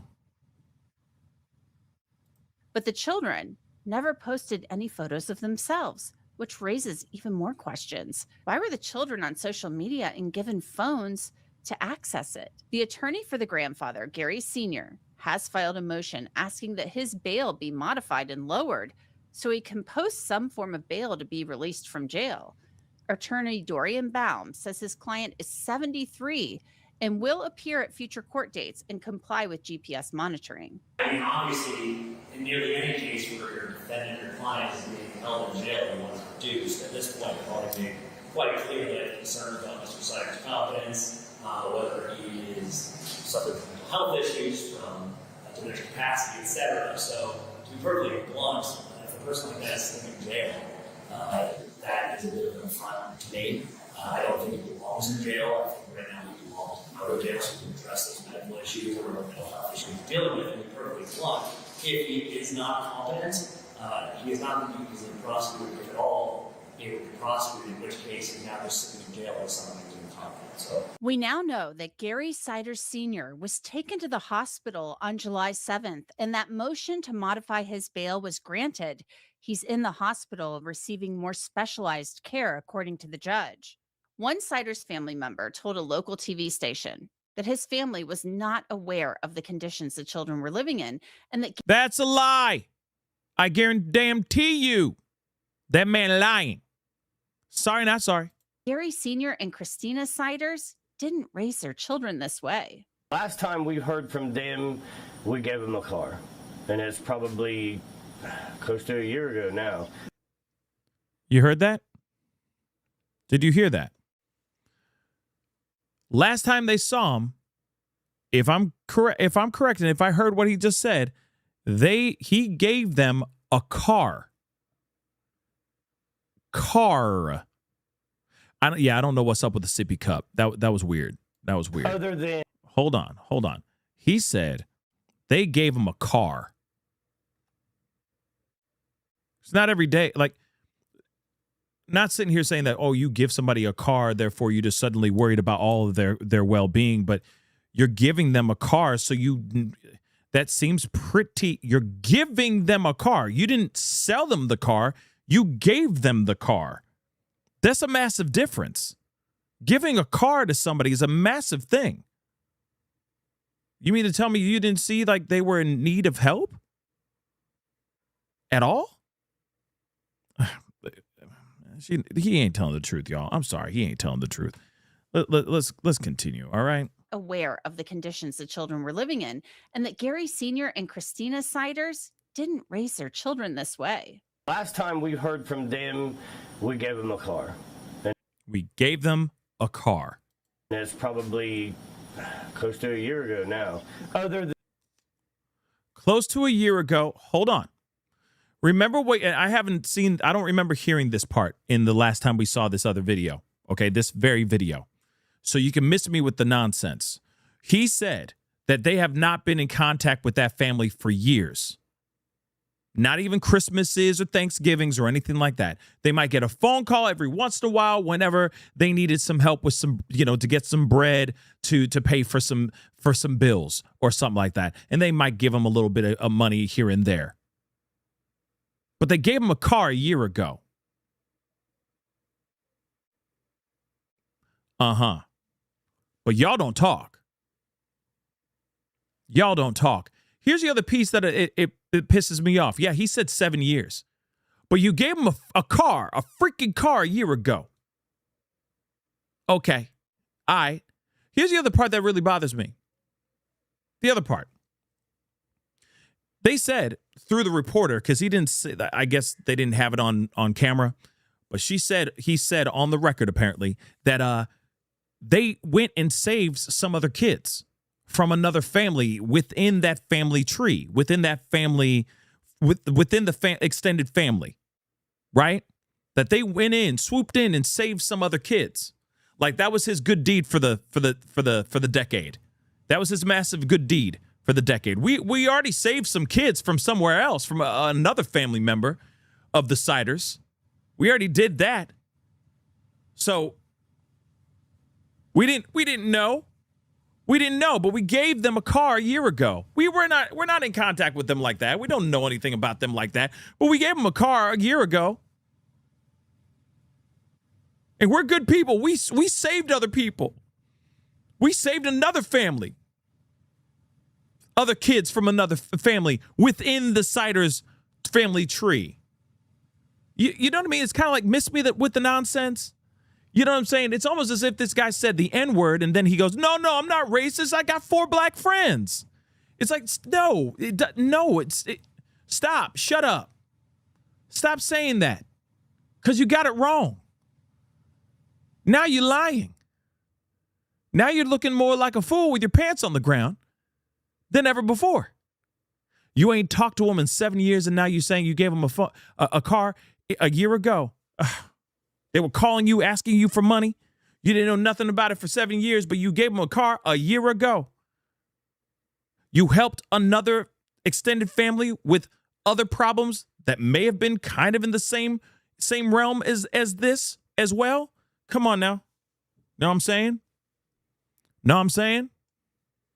You know what I'm saying. Then them, Lynn calling us and asking for money, or, they needed help with the water bill, or, whatever. And if we had it, we sent it. If we didn't, one of the other daughters did.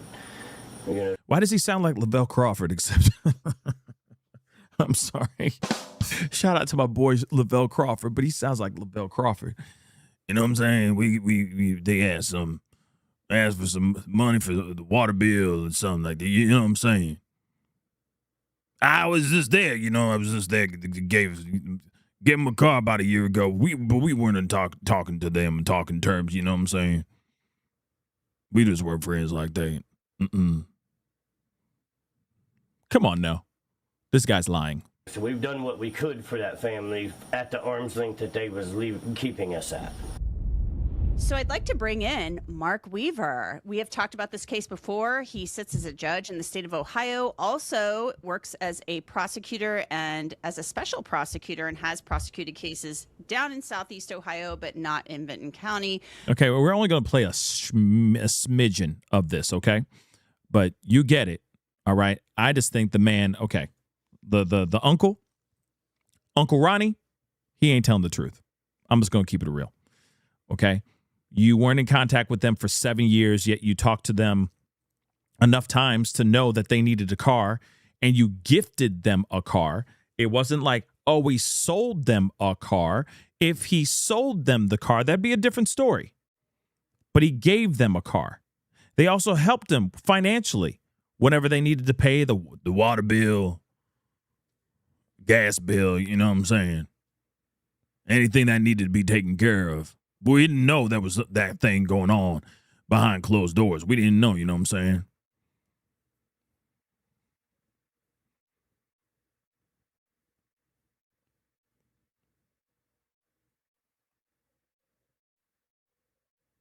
He's not telling the truth. He lying. Yeah, maybe a huge welfare check. Maybe. Okay, here's the thing. Having that many children, could it be the reason why they had that many children was because they needed for the bread, for the money? That's a lot of kids. That's a lot of government funding. But that's the question. Were they using government funding? That's a lot of kids, y'all. That's a lot of kids, baby. Okay? Hola, Shannon. From Puebla, Mexico. ¿Qué pasa, mi amiga? Hopefully you are doing well. But again, like I said, that guy's lying. And yes, Junior was door dashing. But you ain't making that kind of money off of DoorDash. Unless you're doing it 40 hours a week. 60 hours a week, nonstop. That's all you're doing. You're not making a whole lot of money. So you definitely got to be using some sort of government funding, especially with all them kids. And then also on top of that, if you're not really taking care of the kids and you're pocketing that money, what were they using that money for? The rent? But they still weren't able to pay. Sometimes they didn't have enough to pay for the water bill. So what's up with that?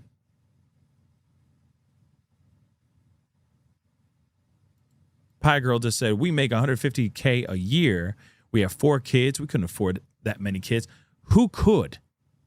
What average American family? What traditional American family? I'm saying, let's just say two and a half kids, white picket fence, house, etc. Who could actually, in the way that we live in now, how expensive-ish is now? Come on. You think we all could just live off of, shoot, if you're even lucky making 6 figures a year? And I'm talking about a low 6 figures. We talking like just $100,000. You really can we really afford that? Like to take care of everything. Does that cover all the bills? I guarantee you no. I guarantee you not. That's when you got people starting to make OF accounts shooting photos of their feet just to pay one bill.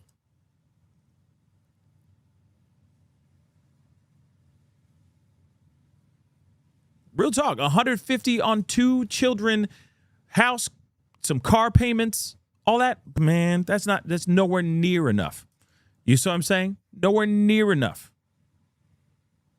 Unless you know how to stretch that dollar and you're cutting out all the things that you enjoy that are just not, they're just little pleasures. You know what I mean? You cut out all that crap, cut them all down. Cut all those bills all the way almost down to bare bone minimum. Still, you're just getting by. You know what I mean?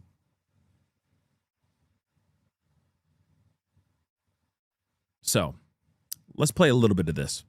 Mark, since the last time we talked, we've I didn't finish. Imagine having to pay 16 for 16 kids. Door dashing. Yeah. confirmed that indeed these 16 children are the offspring of both Elizabeth and Gary Jr. She's been pregnant nearly every year since 2008, and they had another set of twins that were born conjoined and then passed away shortly after birth. So they have a total of 18 children. Your thoughts?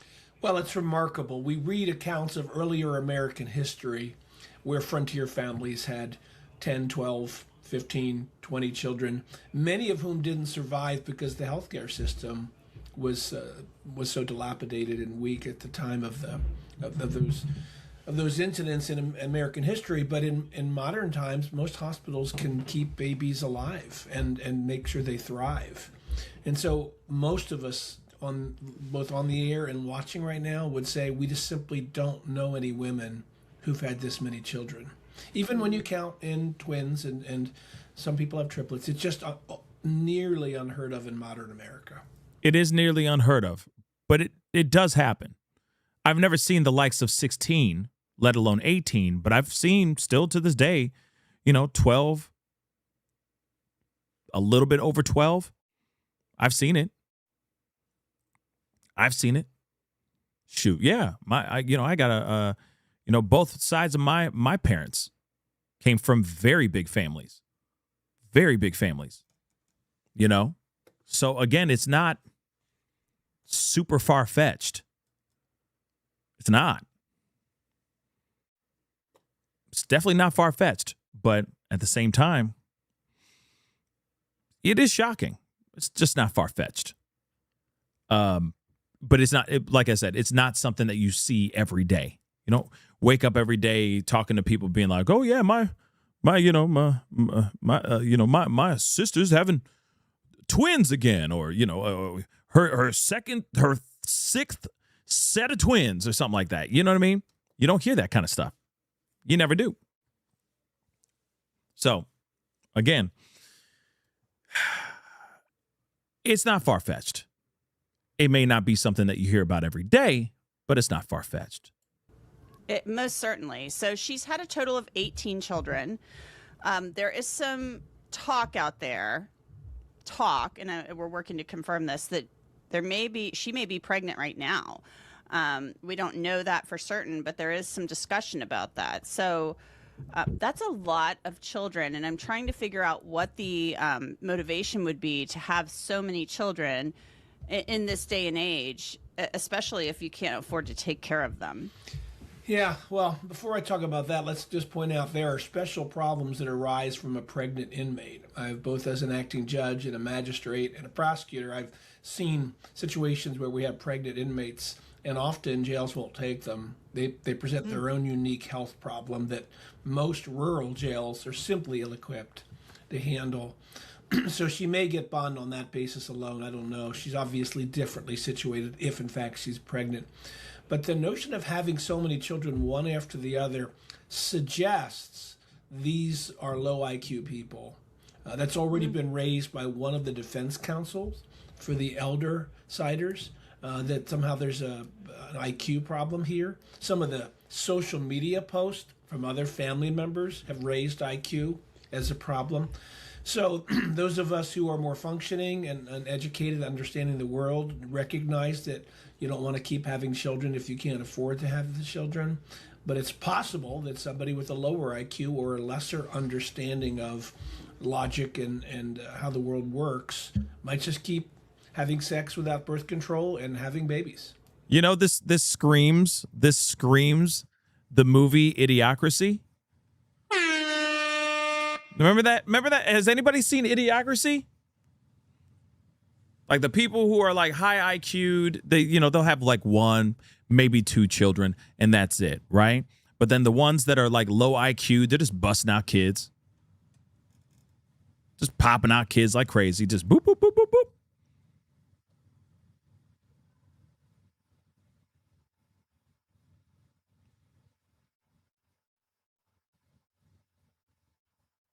Isn't that crazy? And then now he's sitting here going like, yeah, people with low IQ, they just refuse to pull out. Pull out game, not very strong. Shoot, at this point, with Homeboy here, non-existent, if you ask me. But yeah, it's very interesting. He just described the whole breakdown of the movie Idiocracy, the beginning of the movie Idiocracy. Because it has electrolytes. It has electrolytes. So yeah. That is a real mother loving thing. Hold on one second. Because we got to go over to shout out to Anjanette Levy and, of course, Crime Fix. Definitely go check out that over on Law and Crime. I think that it's a very good episode. Go check it out. But yes, what they're saying out here in these streets is that she is with child again. She is pregnant, she's pregnant, okay, and is getting ready to pop out a new child. Whole other one. And I think that's one of the main reasons why they're trying to get her out of jail so that she can have the baby, not behind bars. And so that they have whatever they need to take care of her, right? While she is, pregnant, during the pregnancy. Still very, very shocking stuff. We're not going over to DeForvita. This is just an intro into more of this House of Horrors situation. Let's take a look. For 14-year-old Celeste Rivas Hernandez. Plus, another case we've been following, the Ohio House of Horrors. Hold on. I thought it was right there. My bad. Boopity boopity boopity boopity boo. Okay, there they is. There it is. Called House of Horrors, where 16 kids were scenes. Everybody, so we're outside our News Nation headquarters in New York City. We are carefully monitoring this situation of a skyscraper where there was a concern that it might collapse. We'll update you if we get any more information. It's right behind me, but they've clearly opened up the streets. Okay, I talked about we have a lot going on tonight. I had to talk about this story. When authorities in Vinton County, Ohio, reportedly discovered 16 children ranging in age from 1.5 to 18 years old, locked away in a feces-covered 12 by 12 room, barely able to communicate with serious medical conditions, the question of who to hold responsible became an immediate one. And the answer was pretty clear. As we reported yesterday, 4 adults also lived in that house.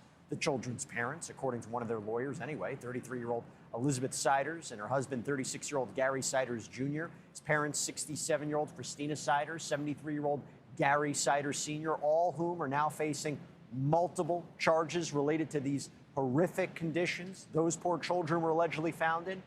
But the more we learn about the family's past, the more shocking this entire case becomes. LA Magazine contributor Lauren Conlon has been digging deep into this Ohio House of Horrors. Her latest article just dropped this morning, She joins me live now. Thanks so much for taking the time, Lauren.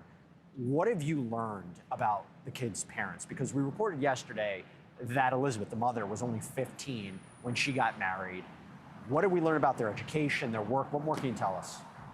Yes, well, I've been digging a little bit further, as you said, and something I came across today was the fact that Elizabeth and Gary Siders, she gave birth in 2022 to conjoined twins at 24 weeks, and they subsequently passed away. And Jesse, she gave birth to these twins in a local hospital. And I found that very noteworthy here because a lot of people are wondering, did she give birth to these 16 children in this house, this rental house?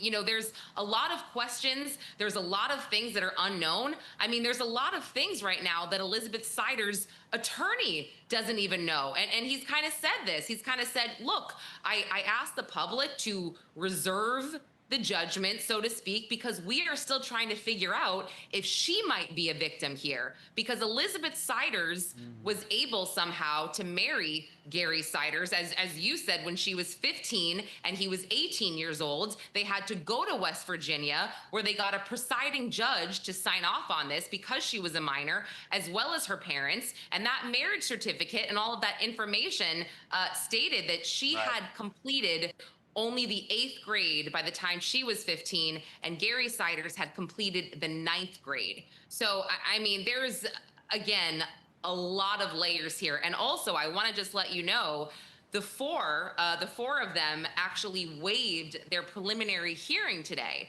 So this case is going to go directly to a grand jury, and they've actually appointed a special prosecutor as well. That's interesting, because usually a defense attorney would say, hey, I want to see what the prosecution has. It gives us an opportunity to prepare. By the way, you talked about knowledge, okay? And I thought this was interesting. From all accounts, beyond the grandparents, the Siders were very isolated. There were other family members who were aware of the number of children that were in the family, right? Yes, and that was shocking. So I was doing some digging on Facebook, and I did find a couple of Facebook posts from her brother. This hasn't been verified by law enforcement, but I am certain it's her brother. And he kind of made a comment. He hadn't seen his sister in 15 years. He just recently saw her for the first time. And he made a comment that he thought she was almost indoctrinated. There was another comment made about welfare. He kind of surmised that, quote, the state knew. Again, we still don't know what the state knew, if anything, but reportedly, there were no signs that the children were born inside of that house. Now, there are also reports that this family did move around from county to county to sort of evade all of this type of attention, but this is not a big house. We're talking about 16 children in a 12 by 12 area. I mean, it all sounds so horrific, Jesse. Who were apparently, or some of them, in this alleged condition for years, not going to school. By the way, just going back to the amount of kids, there were, for years, there were some media reports that put the total number of children that were birthed by Elizabeth at 20, and she was as young as 13 when she, apparently gave birth. What are those reports based on? Yeah, I mean, that's interesting. Clearly, we've found one miscarriage, unfortunately, that surfaced, and we don't know yet the exact total, but I have also seen this floating around on Facebook. I have not been able to verify that just yet, but I kind of believe it. I'm really not putting it past these people at this point. And I'm so disturbed in so many ways because, her lawyer came out and said, Elizabeth Siders, she was exhausted. She was crying. Most people ask, when can I get out of jail? And she's asking about these children. But how do you have these children in this type of conditions? Well, I mean, I think he's trying to lay the seeds for some sort of mental health defense. That's my guess. Before I let you go, by the way, the way everybody found out about this was there was a warrant against Gary Siders Jr. for public indecency. Do we know what that was about? Yes, so there was actually 4 different occasions in May, like days apart, Jesse, of this indecent exposure charge. They were serving a warrant that day, which was June 30th. And obviously, Yeah. you know, that didn't exactly happen. But the criminal complaints in Ohio or in Vinton County, you know, I pulled it. They don't give a lot of information except there was 4 separate occurrences in May. And he actually is supposed to be in court tomorrow, but that may be pushed back. So the docket says 10:45 a.m. on Thursday, but I've heard it might be moved because of this case. I'm sure we'll learn more information about that. Lauren Conlon. Yeah, this is that. I mean, obviously, the fact that we're learning about we just heard from Anjanette Levy basically saying that there has been that they did at least leave from one county to another to evade any type of problems like the ones that they're dealing with right now. There's a possibility that that's why they moved a couple different times over the course of, they say over the course of like 15 years or something like that. To me, it gives me the vibe that there's been a problem and they moved because they were trying to avoid problems. They would just go to different counties and just get away. But then they were hiding in plain sight. They're also hiding in plain sight. And I think it's also interesting that they might, what Jesse Weber said here with Lauren Conlon. So shout out to both of them, real talk. But there's a possibility that they're trying to come up with some sort of mental health plea with all of this. That basically all of them, Lynn all the way down to Elizabeth, all have a mental health issue. And that's the reason why that they were living in squalor, living in such conditions. But they were smart enough to, or they were, sane enough. I wouldn't say it's smart, but they were sane enough to pack their stuff and kick rocks to avoid any of these issues. You see what I'm saying? So very, very interesting stuff, guys. Very, very interesting stuff. They've done this. They've done this over a course of a couple times over the past several years. And I don't think it was a thing where, as soon as they moved somewhere, everybody was like, oh, something weird is going on. No, I think it took time. Just like him getting caught indecently exposing himself outside the house, right? Taking a whiz or whatever the heck he was doing. It took time because they were in that house for at least 4 years before police started knocking on the door and then they found the kids. It's pretty insane, guys. And it's also wild because there's also another case of another deplorable situation where 2 kids were found among filth, fleas, dead animals inside a home in Philly. That just happened in Philly.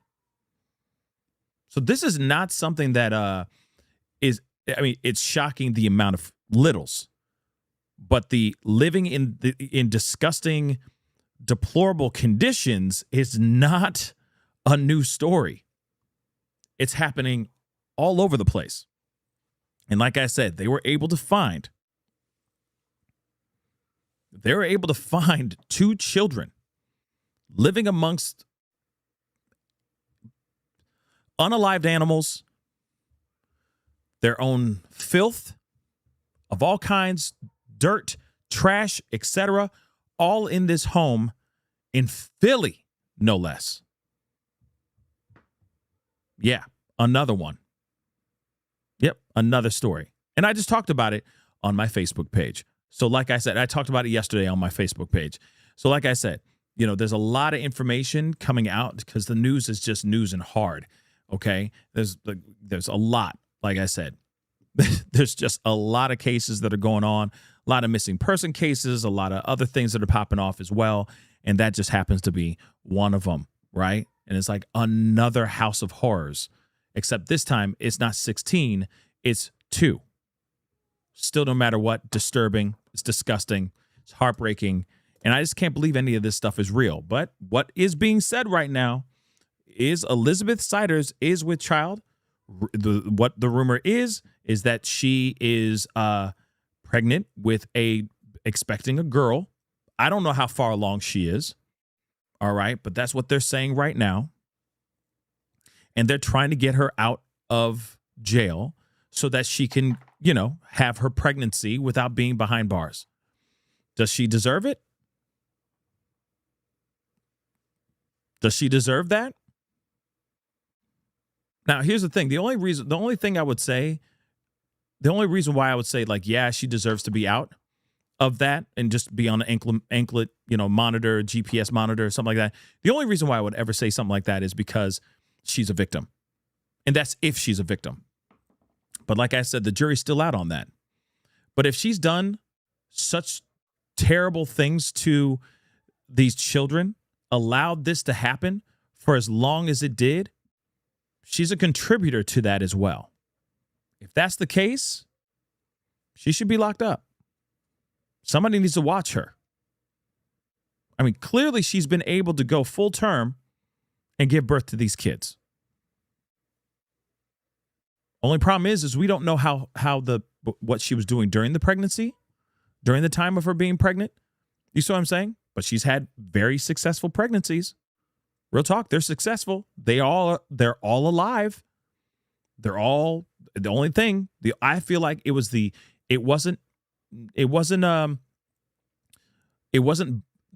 biology that made those kids feral, that made those kids nonverbal. It was the environment in which they were born into. So you would hope that she gives birth under serious surveillance, and as soon as that baby is taken, as soon as that baby is born, it sucks because that kid's going to be processed. That kid's going to be put in the system, which is really sad. But I don't know.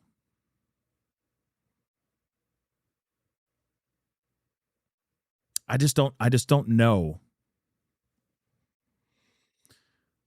if she is fit, right?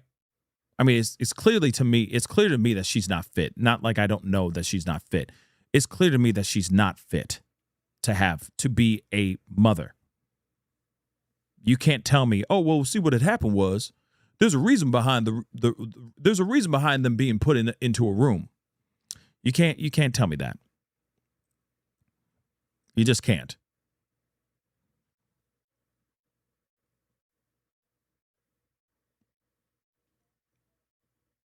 Yeah, when will the DNA test come back? I don't know. Hopefully soon.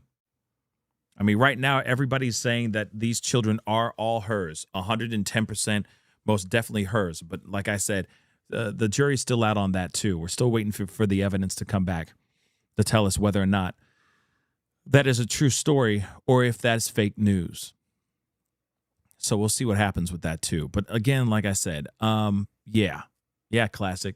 It's sad that those kids are going to be basically put in the system. All of them. It's sad. It's sad. Regardless, like whether or not she is a victim or not, those kids were put in a very, very terrible situation. No matter what, if she's a victim or not, they're not going to let her have custody of her children. They're going to be put in the system, and that's it. Because she's still going to get hit with something. She ain't going to walk. If she's a victim, she's not just going to walk. They're still going to hit her with some sort of charge. You know what I mean? So we'll see what happens. We'll see what happens. But again, like I said, just crazy updates. And there's more to come. There is definitely more to come. But I'm going to wrap up the show. So that is the show. I appreciate all y'all for being here. It really means a lot. Thank you so much for tuning in and being a part of the conversation. Please do me a favor before you head out. Hit that like button down below. Crush it, do what it do. Hit that reaction button if you're watching on these other platforms. If you are watching on these other platforms like Facebook, X/, Twitter, Instagram, TikTok, Rumble, Twitch, Kick, I'm on all of them. So make sure you hit that follow button. Subscribe right here to my YouTube channel. Go to my second channel, The Pascal Show Clips. Subscribe over there as well. Hit that notification bell. Set it to all so you know whenever I go live, whenever I upload, because it is random. Please and thank you. Hit that join button down below. Become a member and check out PascalMerch.com. We got some really great stuff over there. Go check it out. PascalMerch.com. Anyway, guys, it is time to get going. Much love to you guys. Be good to yourselves. Be good to one another. This is The Pascal Show.